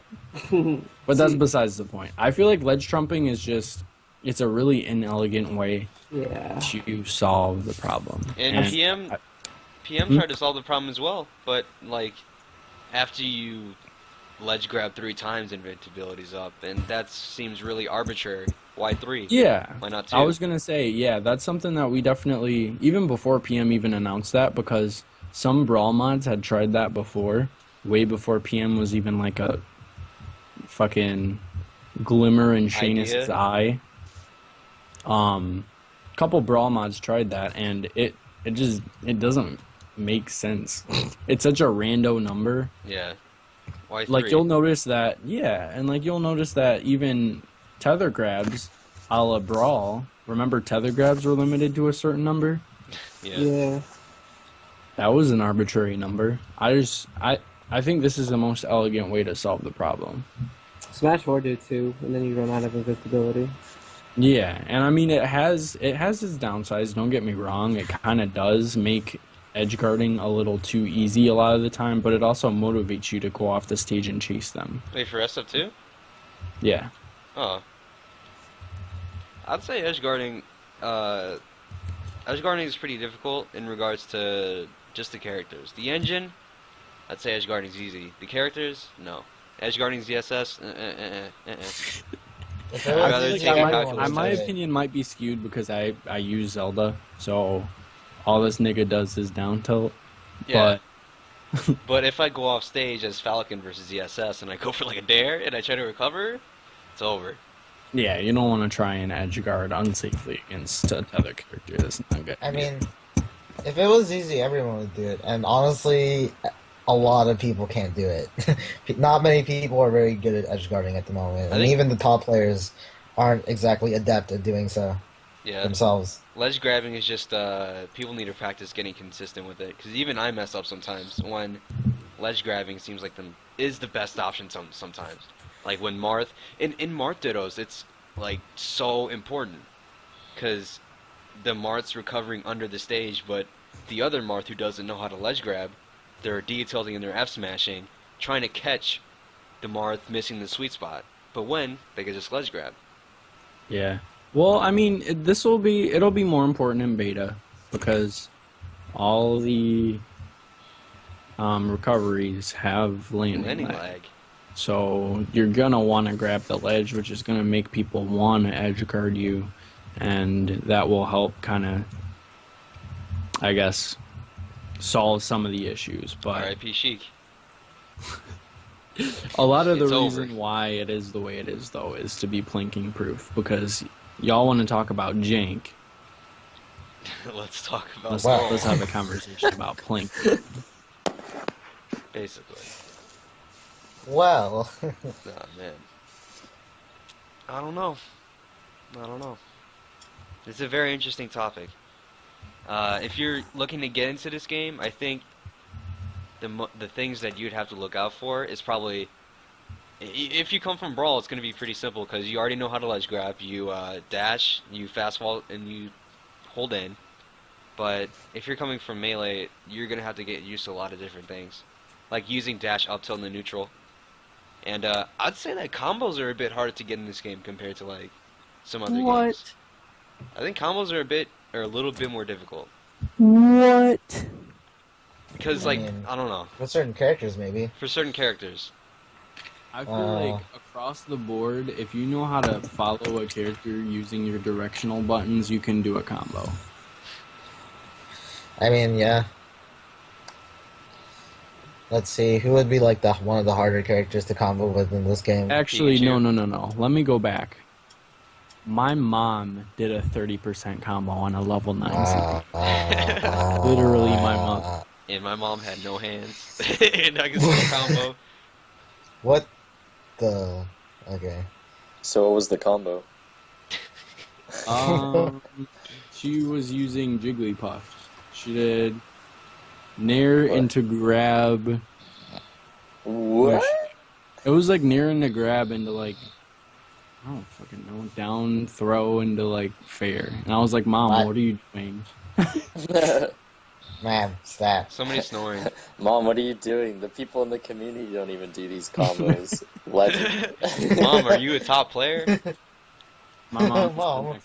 He's top secretly eight. one of the best. That's a new sitcom. I'm living with the top player, and that top player is my mom. That's a really good title. Just like name a tournament that. Taking the soccer van to Evo. 4 stocked by T-San's mom. 1. Your dad's daughter will defeat Crusade Dev. That is my favorite.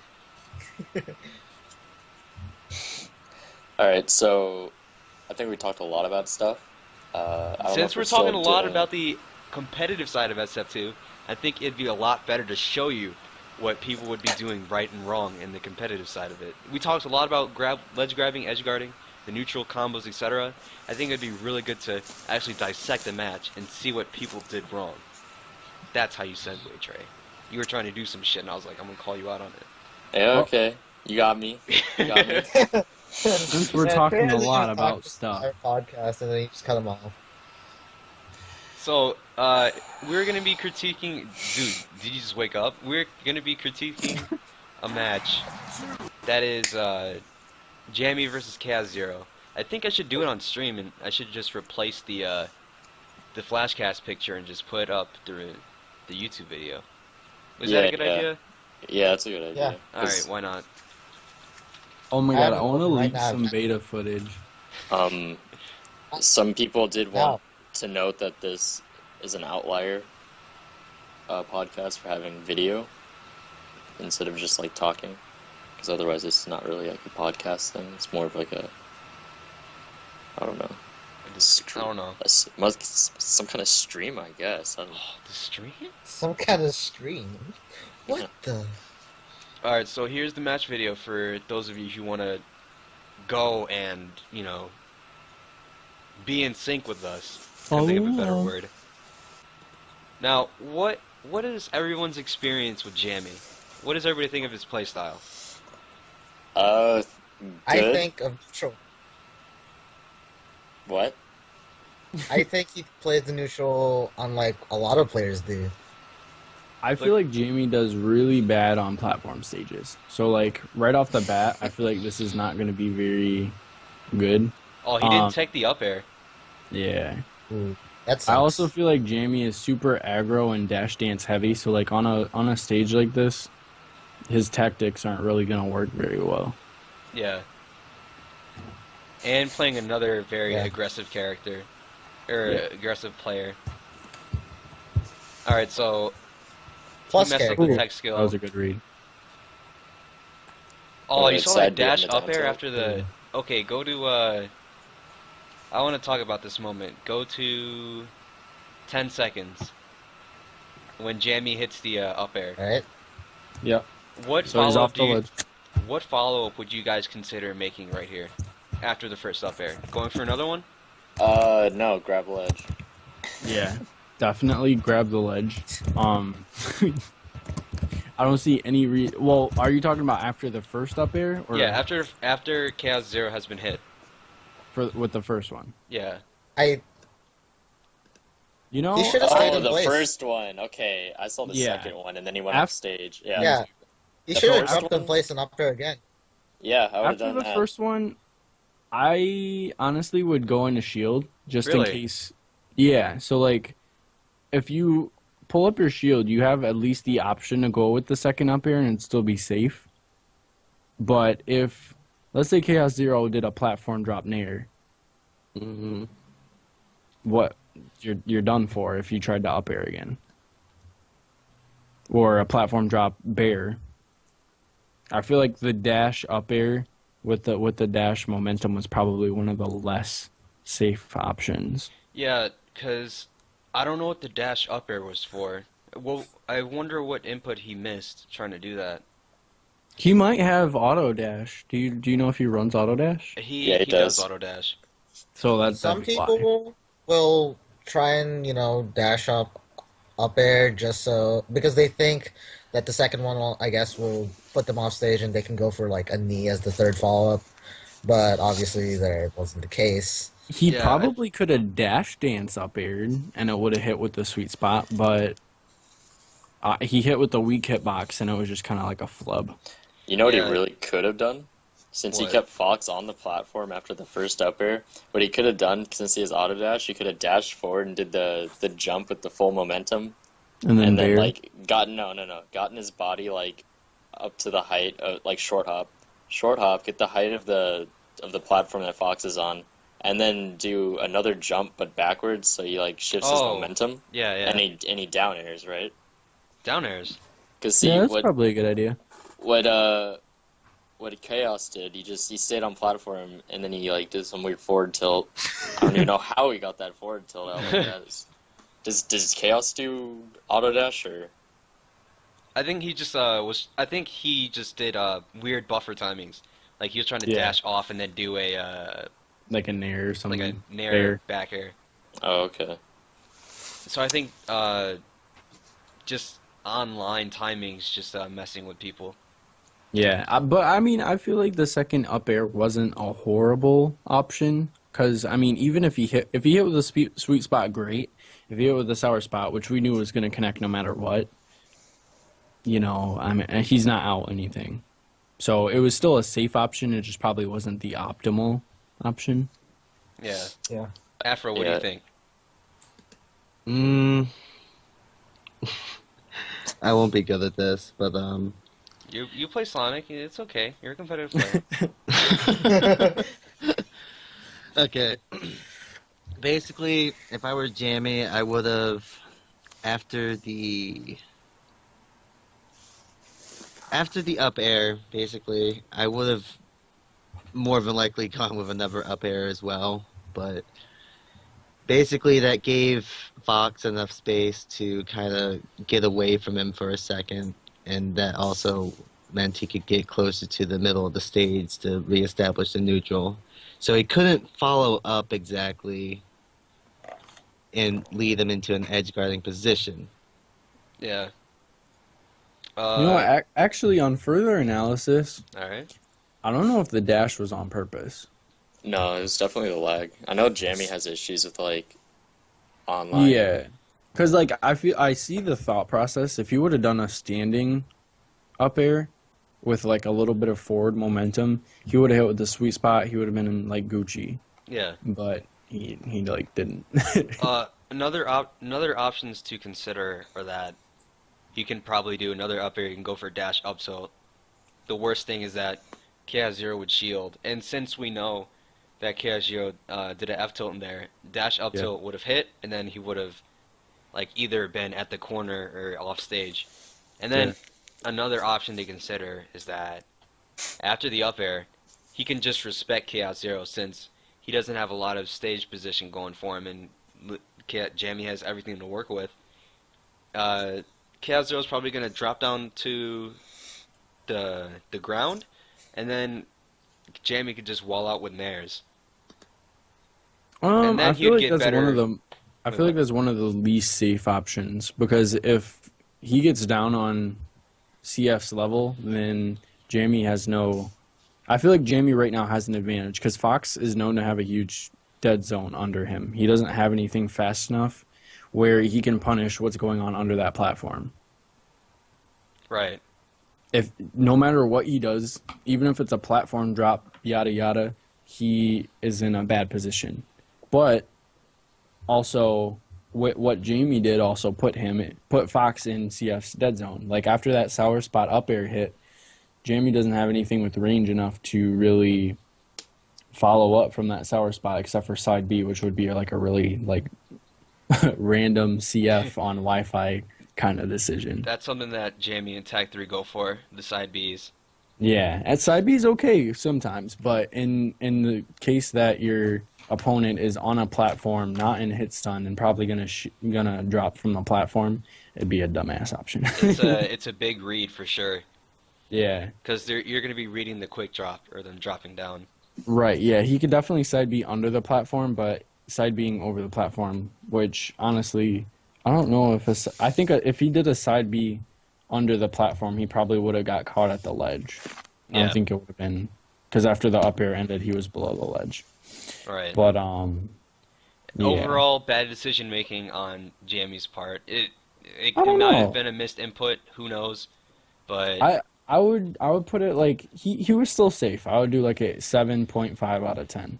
Yeah, I think Chaos Zero now that we unpause, Chaos Zero has all the positioning in the world, but he chooses to dash back and give him center stage. He goes for the down tilt, dash forwards and gets hit by the side B. Oh, he almost got the read. Oh my god.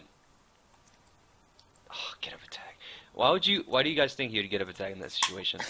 Because he tried short hop back airing Jamie, but then so Jamie knew he's like, oh well, he's gonna go for another option because he didn't know that Fox's short hop bear can't reach the platform. Yeah. I feel like get up attack is a panic option for a lot of people. Yeah. The thing about Falcon's get up attack is like the reason why I do it a lot is because it's just really good compared to other get up attacks. It has a lingering hitbox, so I'm not going to say it was the worst decision in this aspect, but unless Chaos Zero just completely dropped the ball, it wasn't going to do anything good.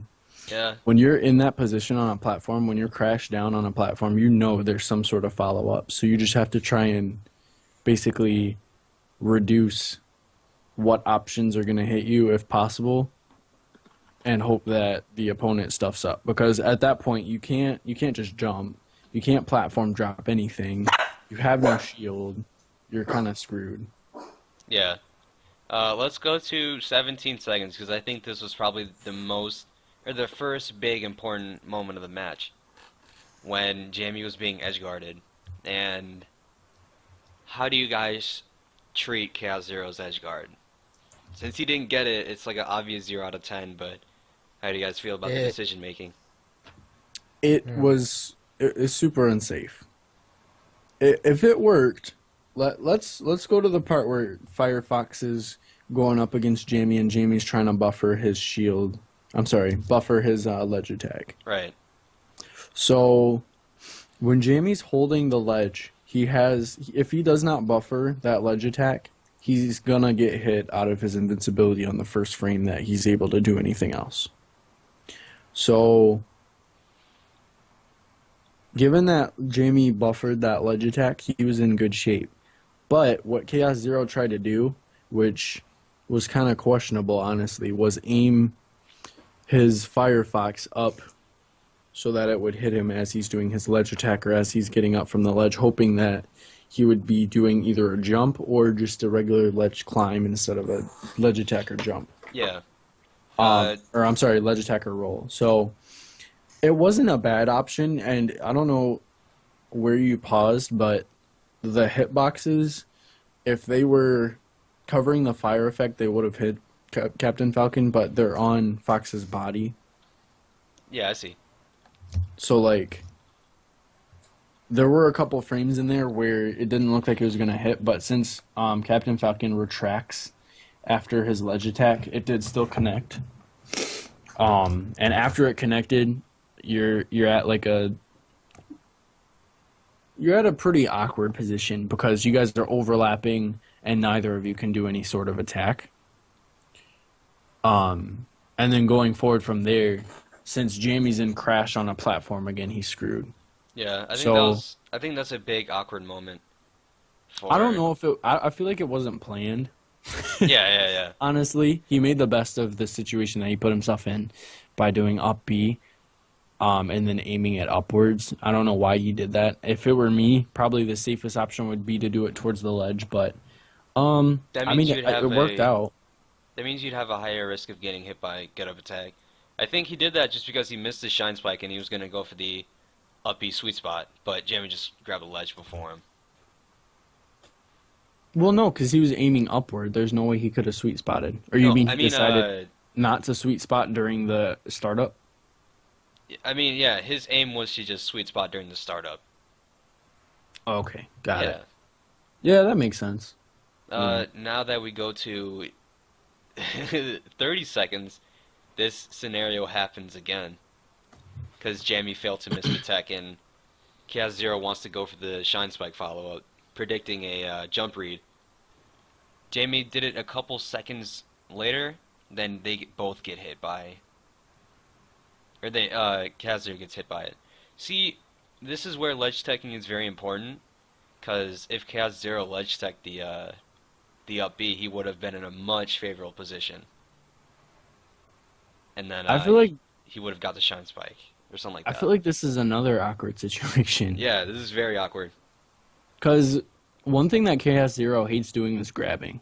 I don't know if you guys noticed that, but there are so many situations where, especially after Jamie missed his knee, I don't know if that was an optimal punish.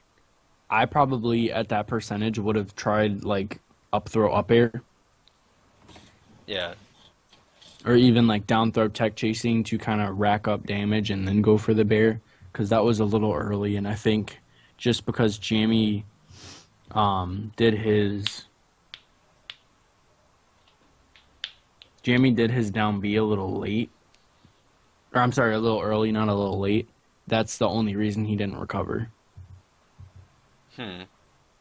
Because he could have made that. He could have? Yeah, for sure.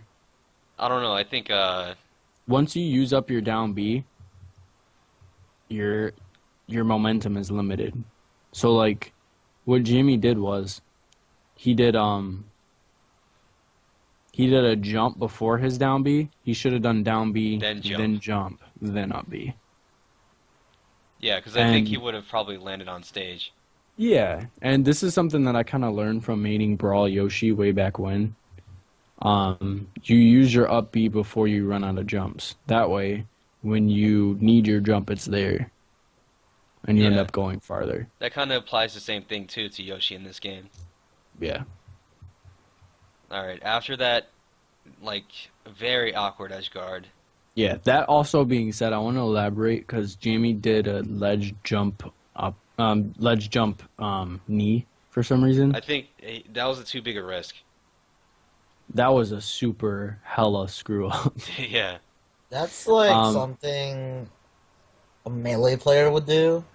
Because I see them do those a lot. I mean, I don't know any scenario where that would have worked unless Chaos Zero got super autistic and tried to go backwards toward the ledge. I agree, it wouldn't have worked, but it's like I know Jamie plays melee a lot, and it's like I suppose it's just a habit that he has. Just doing it a lot, and up air worked really good there. Yeah, Nair or up air would have been better in that situation. Yeah, but I still think Bear would have hit him out of it. And then immediately after, as much as I love his sliding down smash punish, beautiful. A little bit later, after he lands his knee and then goes for the sour spot knee, Jamie doesn't do the guaranteed sour spot knee into up air. Wait, 43 seconds, right? Yeah. Okay. Yeah, he goes for just something else. He just kind of he gets all depressed and just falls. Because I know the confident Jamie would have hit that like 100 times a week, but I guess he just wasn't feeling it. Not really feeling it. That was a good DI on the down smash, by the way, in 47 seconds, because he could have DI'd that way worse. Yeah, definitely. Jamie lost the neutral that one time due to up tilt. Every time I lose the neutral, I think of the move that made me lose the neutral in that situation. So if I see that I lost the neutral to up tilt, I'll try my best not to have that situation happen again. Reverse F tilt, 53 seconds. What the? Yeah, I saw that. That was a very awkward interaction. Yeah. He dashes forward, and then he gets hit by that up smash. Missed inputs forever. Yeah. I'm like, I really wish Jamie, after he landed that Falcon kick, would have done a forward side B. That would have been hella like beautiful. That would have been a sexual experience. How super unsafe, but would have been pretty.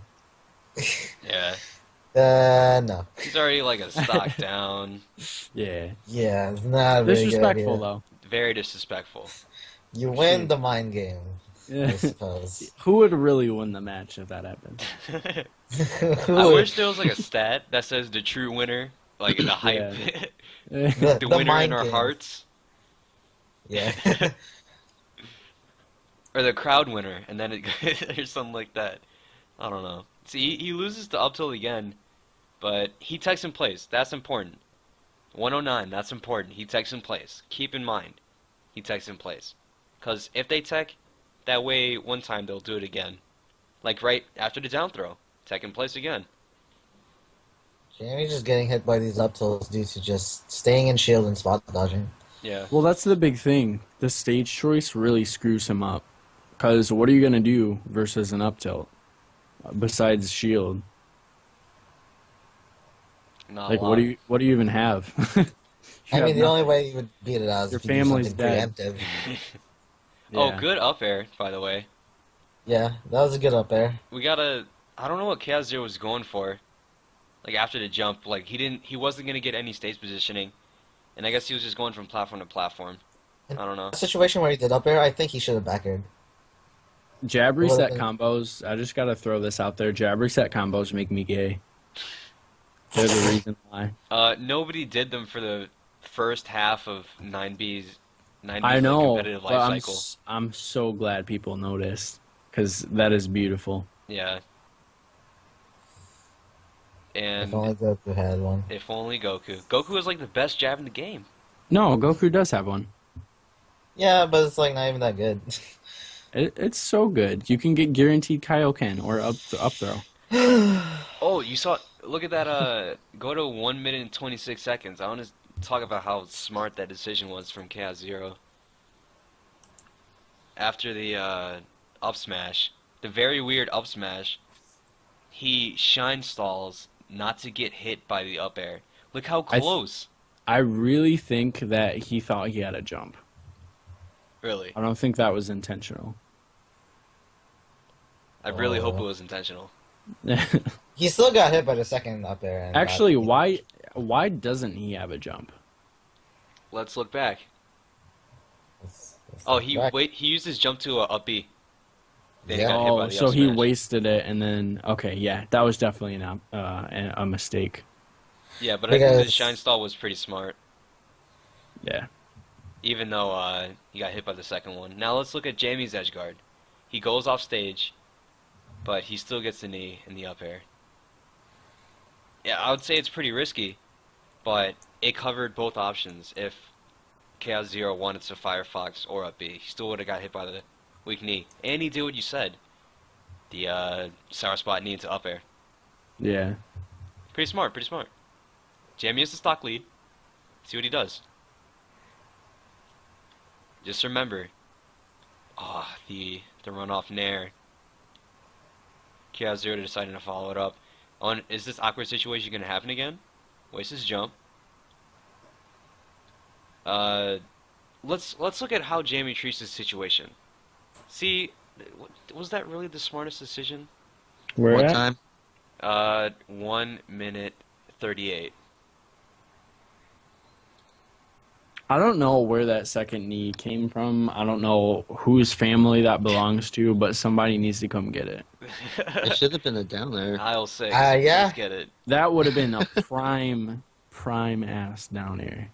Because he kind of just flubbed up the spacing on that one. Like, maybe if he dashed back and did it, instead of What's- immediately yeah. dashing Yeah. forward. That But looks like it then was the a side mistake. B still would have.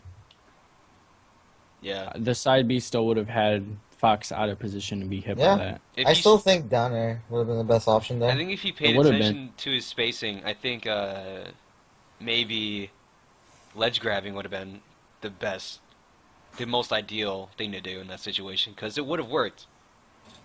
Falcon would be fast enough to do it, but Yeah. see, you gotta practice ledge grabbing. In situations like this, it's very, very important too. You gotta keep in mind where Fox wants to illusion. Like, look at that. Good sweet spot. I'd say poor edge guarding by Jamie. Then the worst thing after that, he gets hit by the side B, but he doesn't tech. Then he gets hit by the down air up tilt.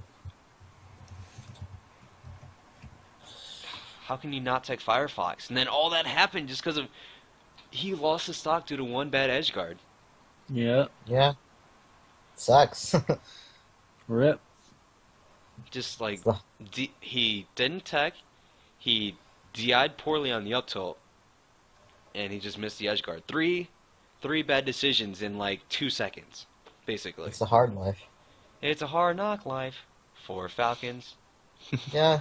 I think a lot of Falcon players do have a hard time in this matchup specifically, really.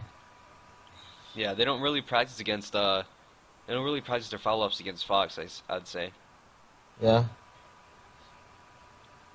Okay. They're really worried about, I guess, DIing Fox's combos when they should be like kind of practicing their own. Yeah. All right. Tech situation. Rip. All right. You still got hit. Still got hit by the downer. Jab reset. Knee. That was really good. I know that Oh. that was everything. Double knee. Let's go. That was sick. Obviously, the mistake here was that Chaos didn't tech. So, RIP. Oh, Chaos Zero is actually in the chat. Okay. That's cool.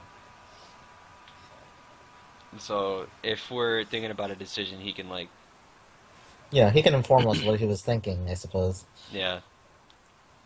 Something that a lot of players like to do is run off bear, and I think that's been popularized by Kios, since Kios likes to do it a lot. Yeah. But it's not a bad We- option. We should definitely break down the tech chase that happens not too far after where I think you're at right now. Yeah, he gets hit by the up tilt again. Yeah. I think has Jamie won the neutral in this game yet? I don't Um, feel like in general the matchup kind of prevents him from. He has to work harder. And the stage is making it really hard. Yeah. right Yeah. now. I'd say Jamie's not utilizing his tilts, which are really good against Fox. Down tilt's really good, and F tilt's really good. Proto knows, because I use F tilt quite a lot against him when we're playing Fox. Yeah. Falcon. And it's good. It's a good option. Yeah. Okay, so what's your timestamp right now? It is 2 minutes, 15 seconds. This whole edge guarding scenario that happened Yeah. at least 3 times this game. This is hard to watch. It just gets spiked down. Yeah. Jamie didn't really get much going in that stock. Maybe hit him like once or twice. That was it. I feel like one thing that Jamie really needs to learn in this matchup is pivot grabbing. He goes for a lot of unsafe like forward grabs, but I haven't seen him do a pivot grab at all. I think that's the thing with Jamie's gameplay as well. He just goes for the really big risk option instead of doing the most optimal thing. His dash dancing is really good, but after like a down throw, he likes to go for dare instead of like Yeah. a safer option. Are you at that like tech chasing sequence? Not yet. What? Better. How? What speed are you 220, at? 226. Oh, no, Monty. He gets the down throw. Yeah. And then he techs in. He gets the dare. Jab. So no, that was no a jab solid reset. read. I don't know why he like runs away because he had the neutral. Yeah, he's just scared. That being said, he got near and went for a grab, which would not have worked in any scenario. I think this is a clear-cut case of your eyes just watching one position. Yeah. His eyes were focused on when he had such a big read that Chaos Zero was gonna tech right, so his eyes were just constantly watching when Fox techs right, and that's when he was dashing away for, so he can react to it with a grab. Right. But Chaos Zero mixed it up. So I think that's just his eyes watching the wrong thing. Then he just And runs then away like. He gets to the side B and he just like dash dances onto the platform. Yeah. He kind of flubs up the punish. Yeah. I think on the first side B, he misses the jab reset, and I'm watching it now. This SD makes me cry. But he kind of flubs up the second one as well. As you said, he kind of just dashes in the ground, and it's like, tech chase. tech chasing, nothing. My Okay. mama never told me to talk to tech chases. Yeah, so Oh, This the was- SD. No. Yeah, you just saw it? Yeah, that was heartbreak. I don't know. Jay was doing so well in this match, and I think he just kind of flubbed up the punish. And that's a big thing in this matchup. Yeah. The Fox player more or less will probably not flub up the punish. Unless you have a hard time short hopping, they're probably not going to flub up the punish. But with Falcon, you have to be very specific. And you have to be on point, more or less. And that, unfortunately, was not the case for Jeremy, I suppose. Yeah, I think edge guarding could have been way cleaner this game. There was a lot of sloppy interactions from both sides, really. Questionable decisions on the edge from both players. Both Yeah. could have easily just been killed by their own up Bs, really. I think one Now- problem with a lot of auto dash users is that they don't really Yeah, work on their walk button. Because you saw there, Jamie under the platform, he goes for dash up air like twice when he could just use his walk button and then just do short hop up airs. For sure. But that's just one thing. What were you gonna say? Anyone? I feel like one of the things that Jamie just flat out does not do is use jab when he's not jab resetting. Yeah. And I feel like this holds true for a lot of Falcons with that AT that you found, Yeah. where you can hold both forward and back and do a jab out of run. There are a lot of scenarios where he went for an unsafe grab when he could have done jab grab and it would have been perfect. Absolutely perfect. Or jab up air even at high percentages. Or jab nair. Jab near, yeah. Jab nair is really good. Very, very good. Yeah. So that was overall. We focused a lot on Jamie's gameplay because Jamie requested that I analyze this match and primarily tell him what he did right and wrong. What do you think Jamie did right in this game? His punishes were on point. His punishes were good. His punishes But were good. The double knee. honestly, yeah, that was good. But honestly, I don't really think he did much very well other than that. No shots to him. I think he's a great player, but he just flubbed up a lot of things like edge guarding and overall. The neutral he would keep losing to Fox, and I suppose this stage and the character matchup made it difficult on him. Yeah, I think but- Battlefield is a bad stage for Falcon. Like, his movement gets cut off. I He feel like definitely prefers Dreamland.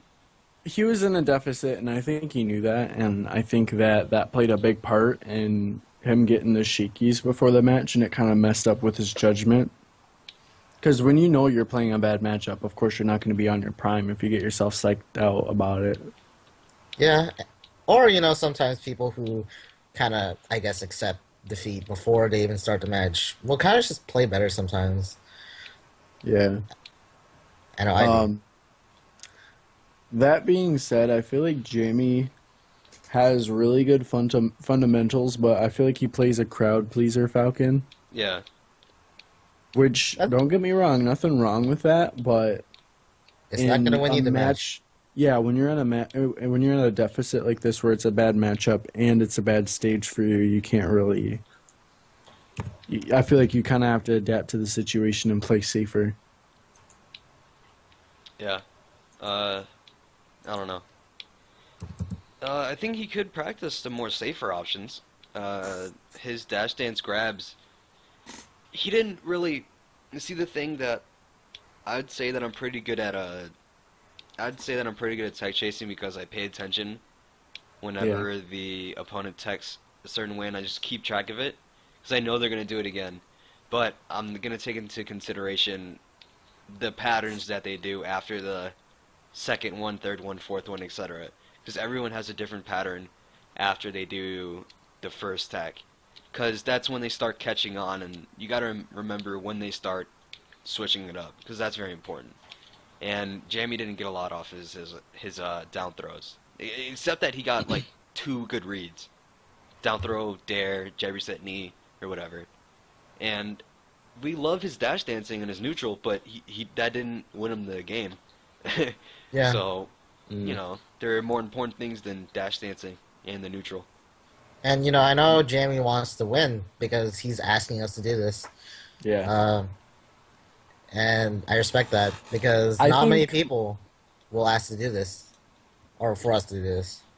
I think if I had to give one big piece of feedback to Jamie, it would be that when he knows he controls the neutral, he needs to stop dashing away.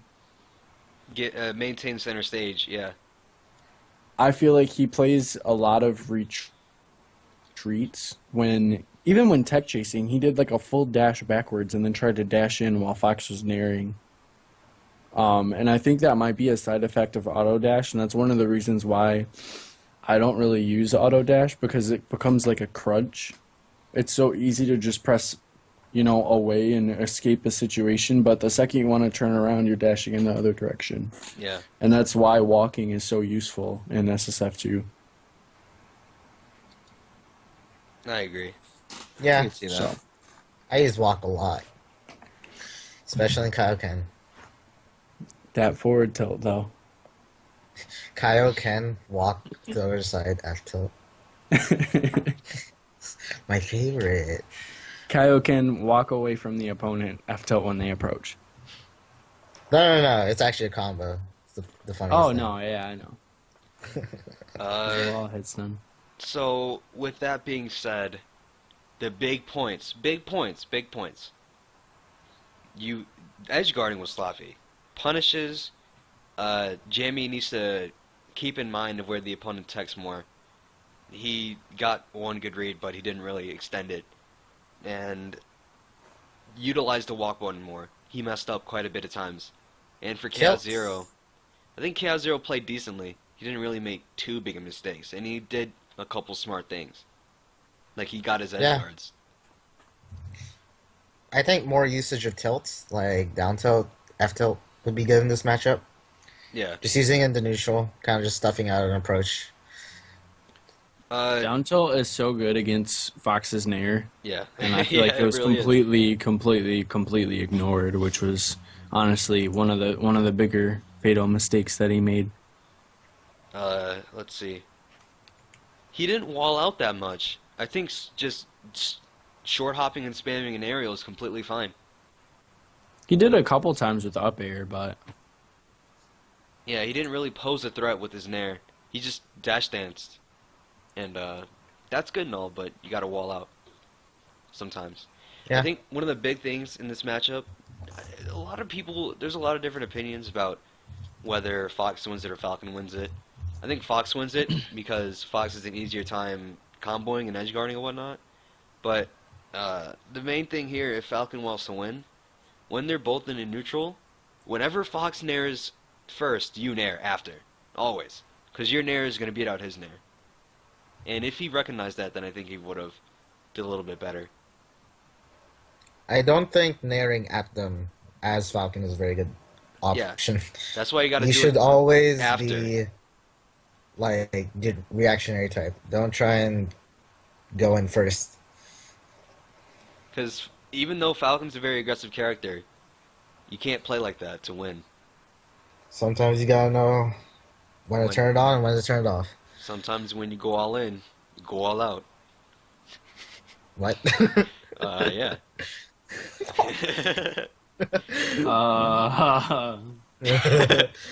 What the? What the? So, with that being said, Jamie, dude, you gotta play better. If you gave us a better match, then I think we would have complimented you a lot more. Yeah, I feel like it's definitely formidable that you sent us a clip where you were playing a bad matchup, and I could tell you were shaken up. But I know you're better than that, so I don't know if that was a good match to really give feedback on.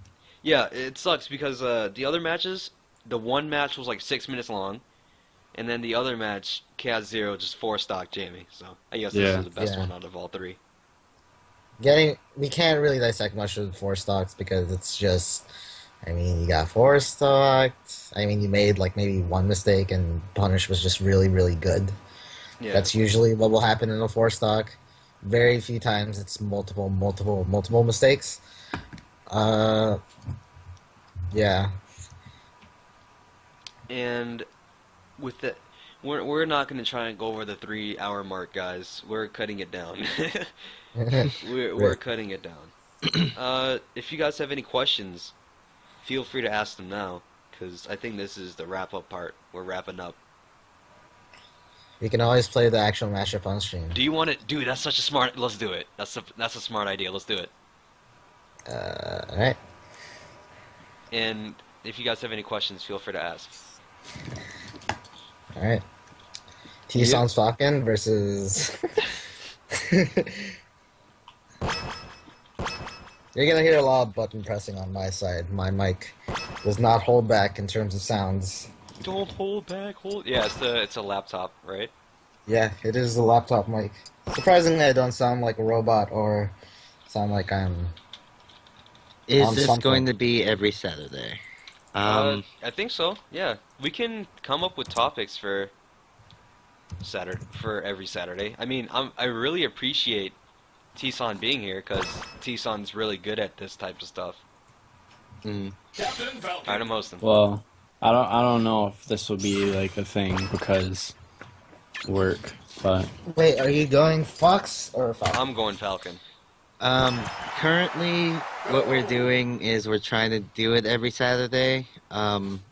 Basically come up with the topics over the week and talk about them over and all that. Same map. So currently, yes, it is going to be every Saturday. We're probably not going to have like all the people. We're not going to have like the same cast probably every single week. We might do someone completely different. We might have like everyone be different. We could have, there's a lot of possibilities to work with.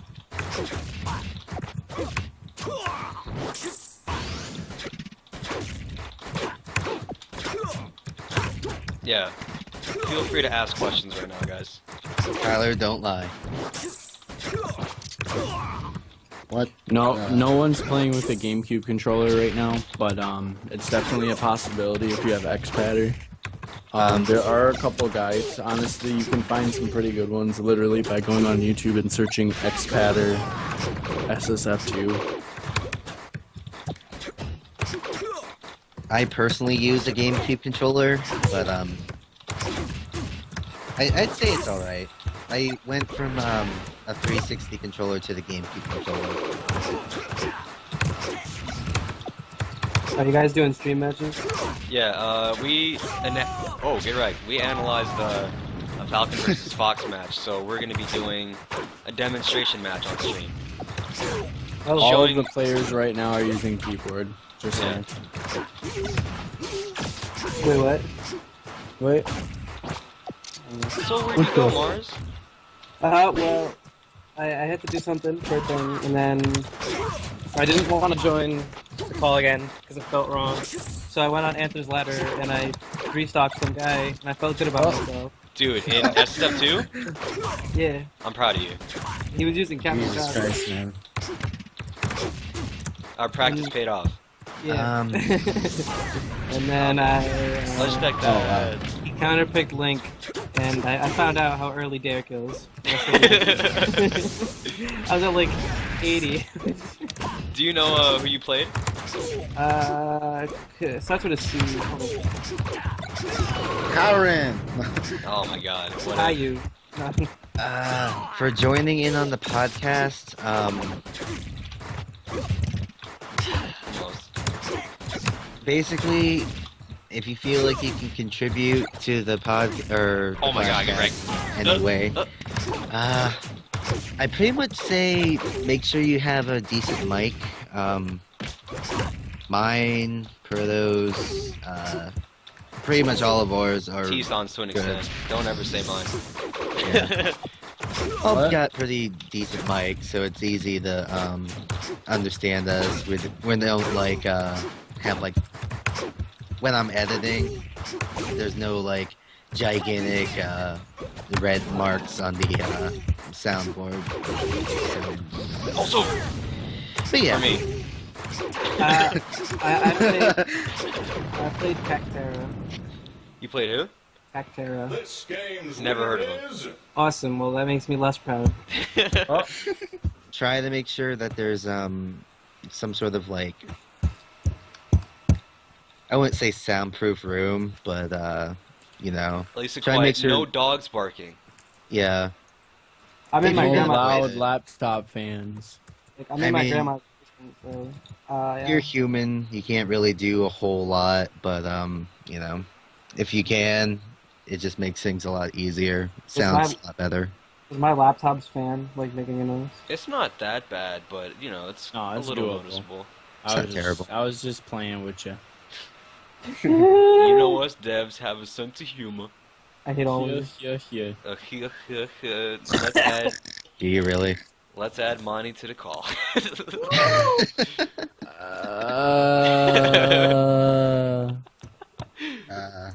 I want to play some Smash Bros. too. That's what's happening. No, you didn't have a Smash Grub. You could join. Don't worry, you're cool. Okay. He's No lying. one, man, no one asked that's Smash questions. Grub? Man, Yeah, that's Smash Huh? Grub. well, Should we just play on stream again? I think one demonstration match is good because we showed yeah. that you got a ledge tech whenever Falcon up Bs you, and punishes. Since I punish your, that's how you edgeguard as Falcon. What I did versus Proto. Yeah, it was good. So I have a problem with this game.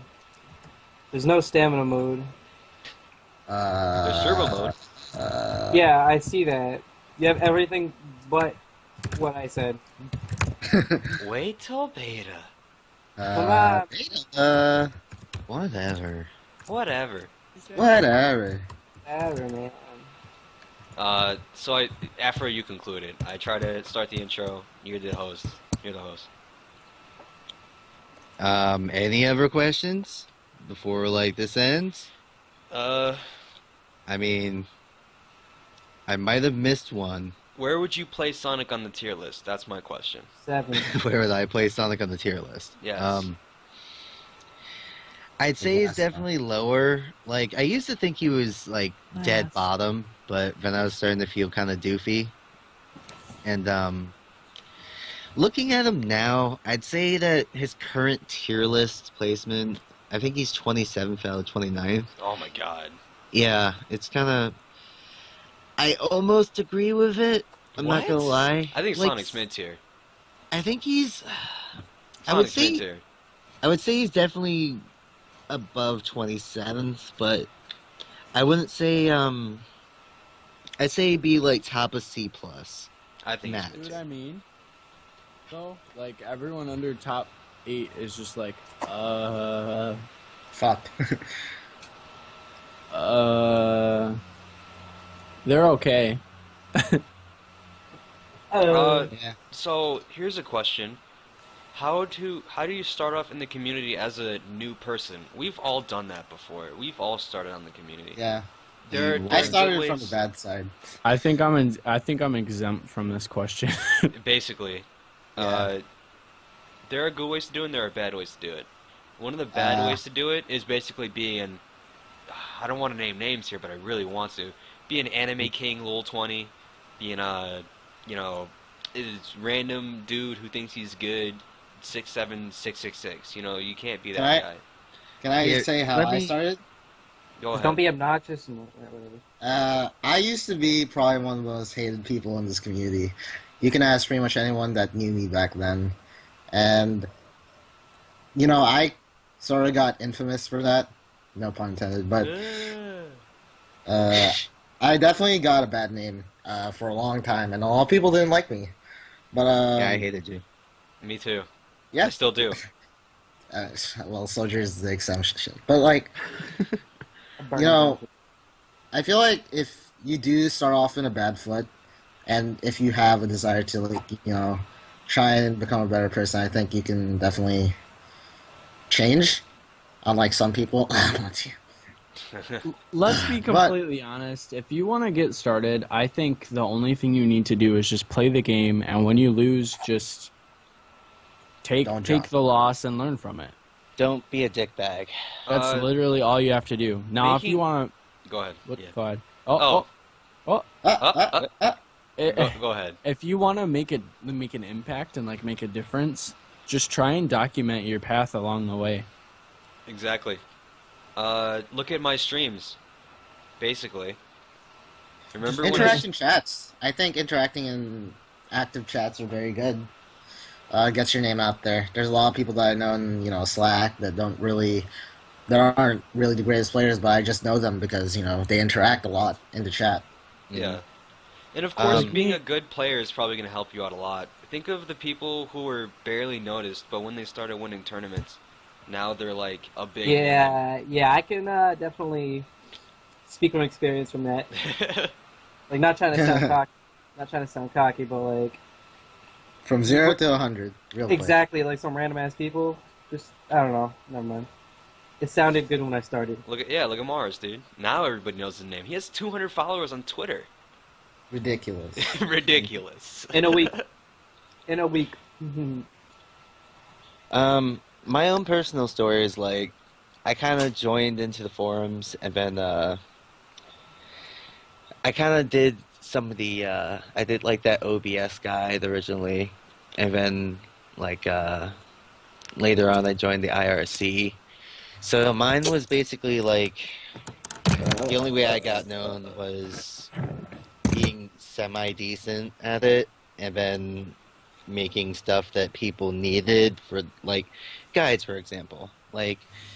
Soldier Sunday mentioned guides a lot and how there's a huge lack of them. If you and again, would anyone listen to someone that didn't? Yeah, never mind. I'm kind of thinking as I'm going now, but if you want to get known, the best way to go about it is be if you win, you win, okay? You can learn from a win too. You don't have to be in your face, you suck, go to hell, die, whatever. If you Lloyd's broken, Lloyd's broken, That is the only you can say that, but that's about it. That's about it. DK's broken. If you do lose though, and this is the biggest part that I think a lot of people don't get about losses, and this extends to pretty much anything that's going to happen to you, not even in Smash, but in life too. If you ever lose, you don't ever need to be a jackass about it. Yeah. There is no reason for it whatsoever. And I understand that in any sort of competitive setting, there is going to be that feeling of damn, I lost, maybe I got outplayed, maybe I was just maybe I was tired, maybe I came home from work after working a graveyard shift and I just can't play as well as I could when I was working till 10 p.m. and I could just kind of be fresh. A But million excuses. I wasn't hydrated.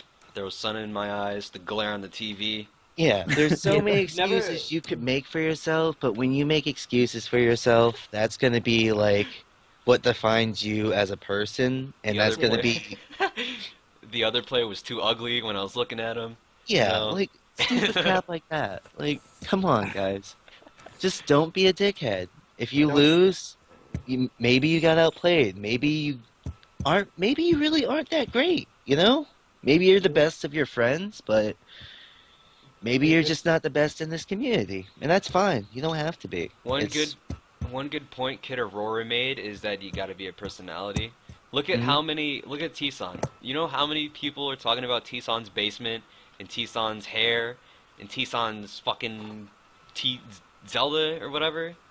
Yeah, That's- T-Son sucks. That's one way to get known in the community. Now Okay. everybody Miracle talks about Sister? Hang on. So, I think that the major reason why I'm discussed is not because I'm super good, not because I'm super cute. The big reason why But you are. people give a half a rat's nipple about me is because is because I have a personality. right. I feel like a lot of times when you're in a community, this opinionated, especially starting out, it's really easy to just like, yeah, I agree with this because this well-known person says this. Oh, I like this character because this person said this character's good. Like, just pick someone you like and just get really good. Yeah, that's why everybody Have likes. your own opinions. That's why the majority of the players like Instinct and Z a lot. Yeah, didn't like play- Instinct is the MVP. I'm gonna be completely honest because Look at that. anyone can tell Instinct that Ness is bad, and then Instinct will turn around and two-stock them. Oops, sorry. Bye. Drops mic. Like, go Instinct. Like that's how Kyo's became a personality as well. Nobody plays ZSS except for him, and he's Yeah. pretty much like the And he best at feel, yeah. Some people feel a loyalty to their character, and some people feel like a character is a good extension of like how they feel as a person. A lot of people say that about like, I don't know, Melee Fox, because Melee Fox, there's a different style for everyone that's playing Melee Fox. No one plays Melee Fox the same way. So I feel like with the game like SSF2, there's enough characters where someone's got to resonate with you. Exactly. Even if it's not that top tier character that everyone's super excited about, because we're in a stage of like figuring out what makes the character good in SSF2. So if you rule out the low tiers just because they're placed on that list that's not even finished yet in the bottom tier, then not only are we never going to figure out how good that character is, but you're probably going to be playing someone that you don't even like. Right. You're gonna be playing Falcon, but you hate getting comboed. And Yeah, you could be one. Mhm. You could be one of a million foxes, or you could be the only person who uses Kirby and be really good. Yeah. And that'll make and you there's know. pretty much like no good Kirby's, so anyone can take up that position. I know how that feels. How do you get out of training mode in this game? You Um, fucking- Press Press back. and press your start button, which could be back or enter, and hit Who's finish this new with the voice? mouse. the new. T-Son? I guess the new Hey, voice is I'm not T-Son new. is the very. T-Son is the guy who was talking about character loyalty and all that stuff. Hey, just because I lost to T-Lord doesn't mean he's good. I hate Kirby. Kirby's Damn. my worst matchup. I'm gonna start playing Kirby now. Don't. If you I want mean, to, first it was like Get some drop. first it was Goku, ZSS. Now I'm just switching to Kirby. if you want to win against me in a tournament, the best bet is to play Lloyd, ZSS, or Kirby. Two top tiers and one low tier. Nah, I'll just play Goku. That's how you beat me. If you play Yeah, Fox, I'm gonna ditto you, and you're probably gonna lose. And Jinka, that is Okay. exactly. Shut up. That is exactly why I am like working on SSF2 because SSF2 is designed in a way where it's supposed to be like introductory. It's not as hard as Melee. It's not as boring as Brawl. it's it's not as constantly changing as Smash 4, and it's not as ridiculous as 64. It's some beautiful conglomeration, some beautiful creation of taking all the best things out of all the Smash games and putting them together. That So no if you one wants to play. Shut up. That is Sorry. not how you use conglomeration. At I don't all. fucking know. Some big Conglomeration. Congregation. brother. Congregation. shut up. some big kaleidoscope. I don't know. Some Collusion. something that Who are starts with a using these wrongs? collage. So- This big collage Man, of all the Smash best Flash things. 2 devs are dumb. I never said I was a Whatever. fucking thesaurus. No, but SSF2 is this big, beautiful creation from taking all the best things from all the Smash games and putting them into one. So I feel like if you started out with SSF2, it puts you in prime position to turn around and go be good at Melee with a little learning, be good at Brawl with a little learning, be good at Smash 4 with a little learning. Yeah. Kaleidoscope. That's So, not. shut up. So, I don't know. That's one of the things I'm most proud about with SSF2. It's a good place to start if you've never gotten into Smash. And if I can say, hey, this top player started playing SSF2 and that's what made them play Smash 4. They started with us. Y'all niggas suck. Right. That'd be great. That'd be awesome. And movement in the opposite direction is just as exciting to me. And I really hate some of this. I don't like playing some of the Smash games because they don't have some of the mechanics that SF2 has. And I think that's a missed opportunity because SF2 mechanics are really, really good. And Melee doesn't have them. Unlike, it just sucks. You know? Yeah. I really wish Melee had some of SF2's mechanics. It'd be so cool if you could down smash out of a run in Melee. That'd just be like beautiful. Yeah. I wish we had more anime characters. Yeah, I wish we had Luffy. He'd be the first zoning character. He'd be the Dalsim of Smash Flash 2. Let's go. I just saw a question on Slack. T-Song, What? how is your hair so perfect? What? It's not even correct grammar. I know it's not. How is Well, your What hair? do you put in your hair? I don't put anything in my hair. Me too. That's bullshit. I've actually No, seen I T-Son's seriously hair. don't. I really don't. I've seen his hair in Google Hangouts, and it's honestly like so messed up. I remember Like- when I was the kid who always like spiked my hair. I can't believe I did that. It fucking- Oh, black kids who spike their hair are the worst. No, but What did they spike their afros? Oh my god. True, true. I want to see that. An albino black person spiking their afro. I don't know. My hair is just really big and curly, and when I flat iron it, it looks the way that it does. Oh, you flat So- iron it. Gross. Secrets. Hashtag secrets. You kind of. My hair is almost as big as T-Son's, actually. Yeah, How but far? mine's How prettier. far does it go down your face? Huh? Craig has them. T-Son. What? How far does your hair go down your face? Like to your nose, to your what? Like, Craig has them. so it's a bunch of different lengths. Like, what part of my hair? I don't know, the front. Like, Why Like are we above my talking? forehead. yeah, just pull any hair down. It goes down is- to almost to my chin, like in between my mouth and my chin. Oh my god. I remember when my hair was like that. I had the big afro. I'm sure you're having a real good time there, Afro. Just thinking of all the Craigasm jokes you're thinking of in your mind. So, I'm Go down to your chin. I'm trying. All this right. podcast has been almost going on for 3 hours. I think I think. Afro needs to end it real Yeah. soon. Okay. I'm gonna shave the I'll- SSF2 logo into the side of my hair. Just a little 2 with some flames in it. I'm That'd gonna be like great. have DK rape face on the top of my hair. Have Alright. each frame of the Donkey Kong up be embedded in your scalp. Spinning Kong like across my head. Spinning Kong across your head, each frame Jesus. And then when I just spin around, it looks like DK up B. Jesus.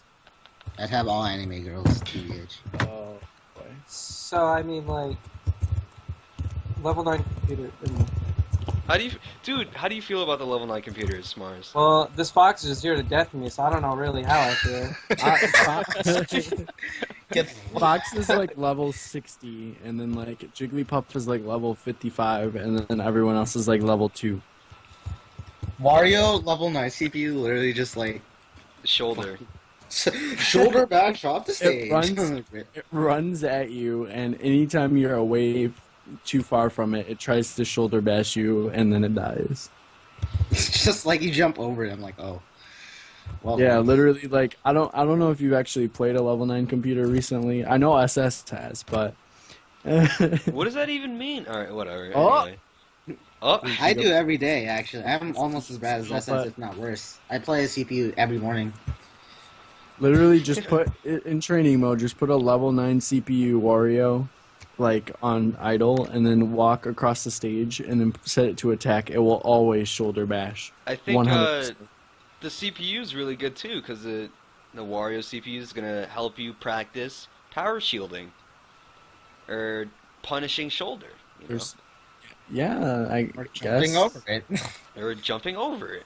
And then making them die. So, I mean, I still don't know how the Fox CPU up airs so well. I'm saying, like, I got. how does it like multi-shine, like, I can't do I that. don't know. I can't do that either. Someone said they did 11. They're like, oh, multi-shining is so easy in SSF2. I think it was on the Smash Bros subreddit. They're I like, think oh, it's so easy. I can That do was, like 12. That was pre-patch, right? Pre-patch multi-shining was really easy. Oh, Because then we it put was the, like not even a month ago. we put the self-hit stun to 1, and then it just like completely changed it. Maybe. Anyway, All right, guys. y'all need to for sure start posting to the subreddit because I want to cry. I can't post everything, guys. I can't post everything. Don't SS should not have to post everything. And I Sorry, think I man. should make a guide real soon. Like, I probably should make a guide tomorrow about dash dancing. Or something along the lines of that. Or dash up tilts. Like, just one mechanic, and then I'll just explore that. That'd be really cool. Other Okay, than that, well, guys, I'm gonna cut this off now because we're nearing Cut that me – 3-hour mark. that we didn't And I want to can read reach. yeah, but we're already like 2 hours and 50 minutes into it. Yeah. Because we're really good at conversations. We're working on it. Dude, we're so good at conversations. Discuss we them, are. boys. Time just flies. Dude, I'll just win at discussion nationals. You really Yeah, don't okay. want a discussion money match me, homie. I'll meet you in grand finals, mate. Dude, imagine like a conversation tournament where you have to be better than your opponent at a conversation. Sick. And it's like the criteria is like charisma, enthusiasm, and like the amount of dead air. Facial expressions. Dead air. Alright. And then like the judge hands out random topics that you guys have to talk about, like the weather. I'm gonna mess you up. Conversation nationals. Get ready, guys. Grand finals is Yes. like the stock market. Grand finals is snail reproduction. Let's go. What the? Then you gotta talk about it. What the? So, go ahead, Afro. All Play right. us out. Play us out, Jim. So, thanks There for can only listening be to the. one. God damn it! Thanks for listening to the. Super Smash Flash 2 podcast. Look out for the next episode where we talk about something else. And yeah. If you guys have any Thanks. topics, feel free to let us know. There Some is- topics we can discuss is probably, some more history. We didn't really discuss on that very well. I think with T-Son being in here, he can really give us the full, like, how everything changed from 8B to 9A to 9B. You know, the big Well, stuff. I don't know if I'll be here next week, but Yeah. we'll see. We'll see. I'll read off that on on the forums, we have the Super Smash Bros. 2 Flashcast under the SSF2 discussion link. If you go there you can put in your questions, and we'll read them there at a later point. We didn't do it this time, but that's because honestly I didn't even think of it. But seriously, next time I'll get to that. Oh, if it's good questions. Quick question: Yep. Does Naruto have a combo into his Rasen Shuriken? Yes, he does. Yeah, like literally every attack. So Dash there's attack, that. Rasen Forward Shuriken. throw, dash attack, up tilt, up air, clones, Jab. side B, down B. One setup that I saw Scum do is Sour Spot up air into fair, and it works. Trust me. If they don't tech. I mean off stage, like for as an edge guarding tool. If It works. Okay, yeah. If it's like, if they're not like 70 already. Yeah. Oh, also, this Flashcast art was made by Tyler. Tyler In case you TM, didn't know. one of So- the very first people who streamed this game and is a long-term supporter of this community. We really appreciate Tyler making this Yeah. because we don't know who else can make this. Tac 3, he's too busy, and Who? no one really has the skill to make it as well as Tyler. So just give everything to Tyler. Thank Big you so thanks to much, him. Tyler. I appreciate you. And God bless. it's a good God bless. It's a good coincidence because it's Falcon versus Fox, and we critiqued the Falcon versus Fox, And we Mhm. played it. and we played it. But yeah, that's it. I tried really hard to shout out Tyler TM like how your dad shouted me out. Because I felt really good about myself when your dad did that on his Poke Smash stream. So, if anybody else remembers that, I highly doubt it, but yeah. I'm sorry, Actually, SS's Foss is the worst I've ever seen. I do not recommend learning the character from him, nor do I recommend copying his playstyle. He has the worst Fox to ever exist. Like, don't even try shining that way.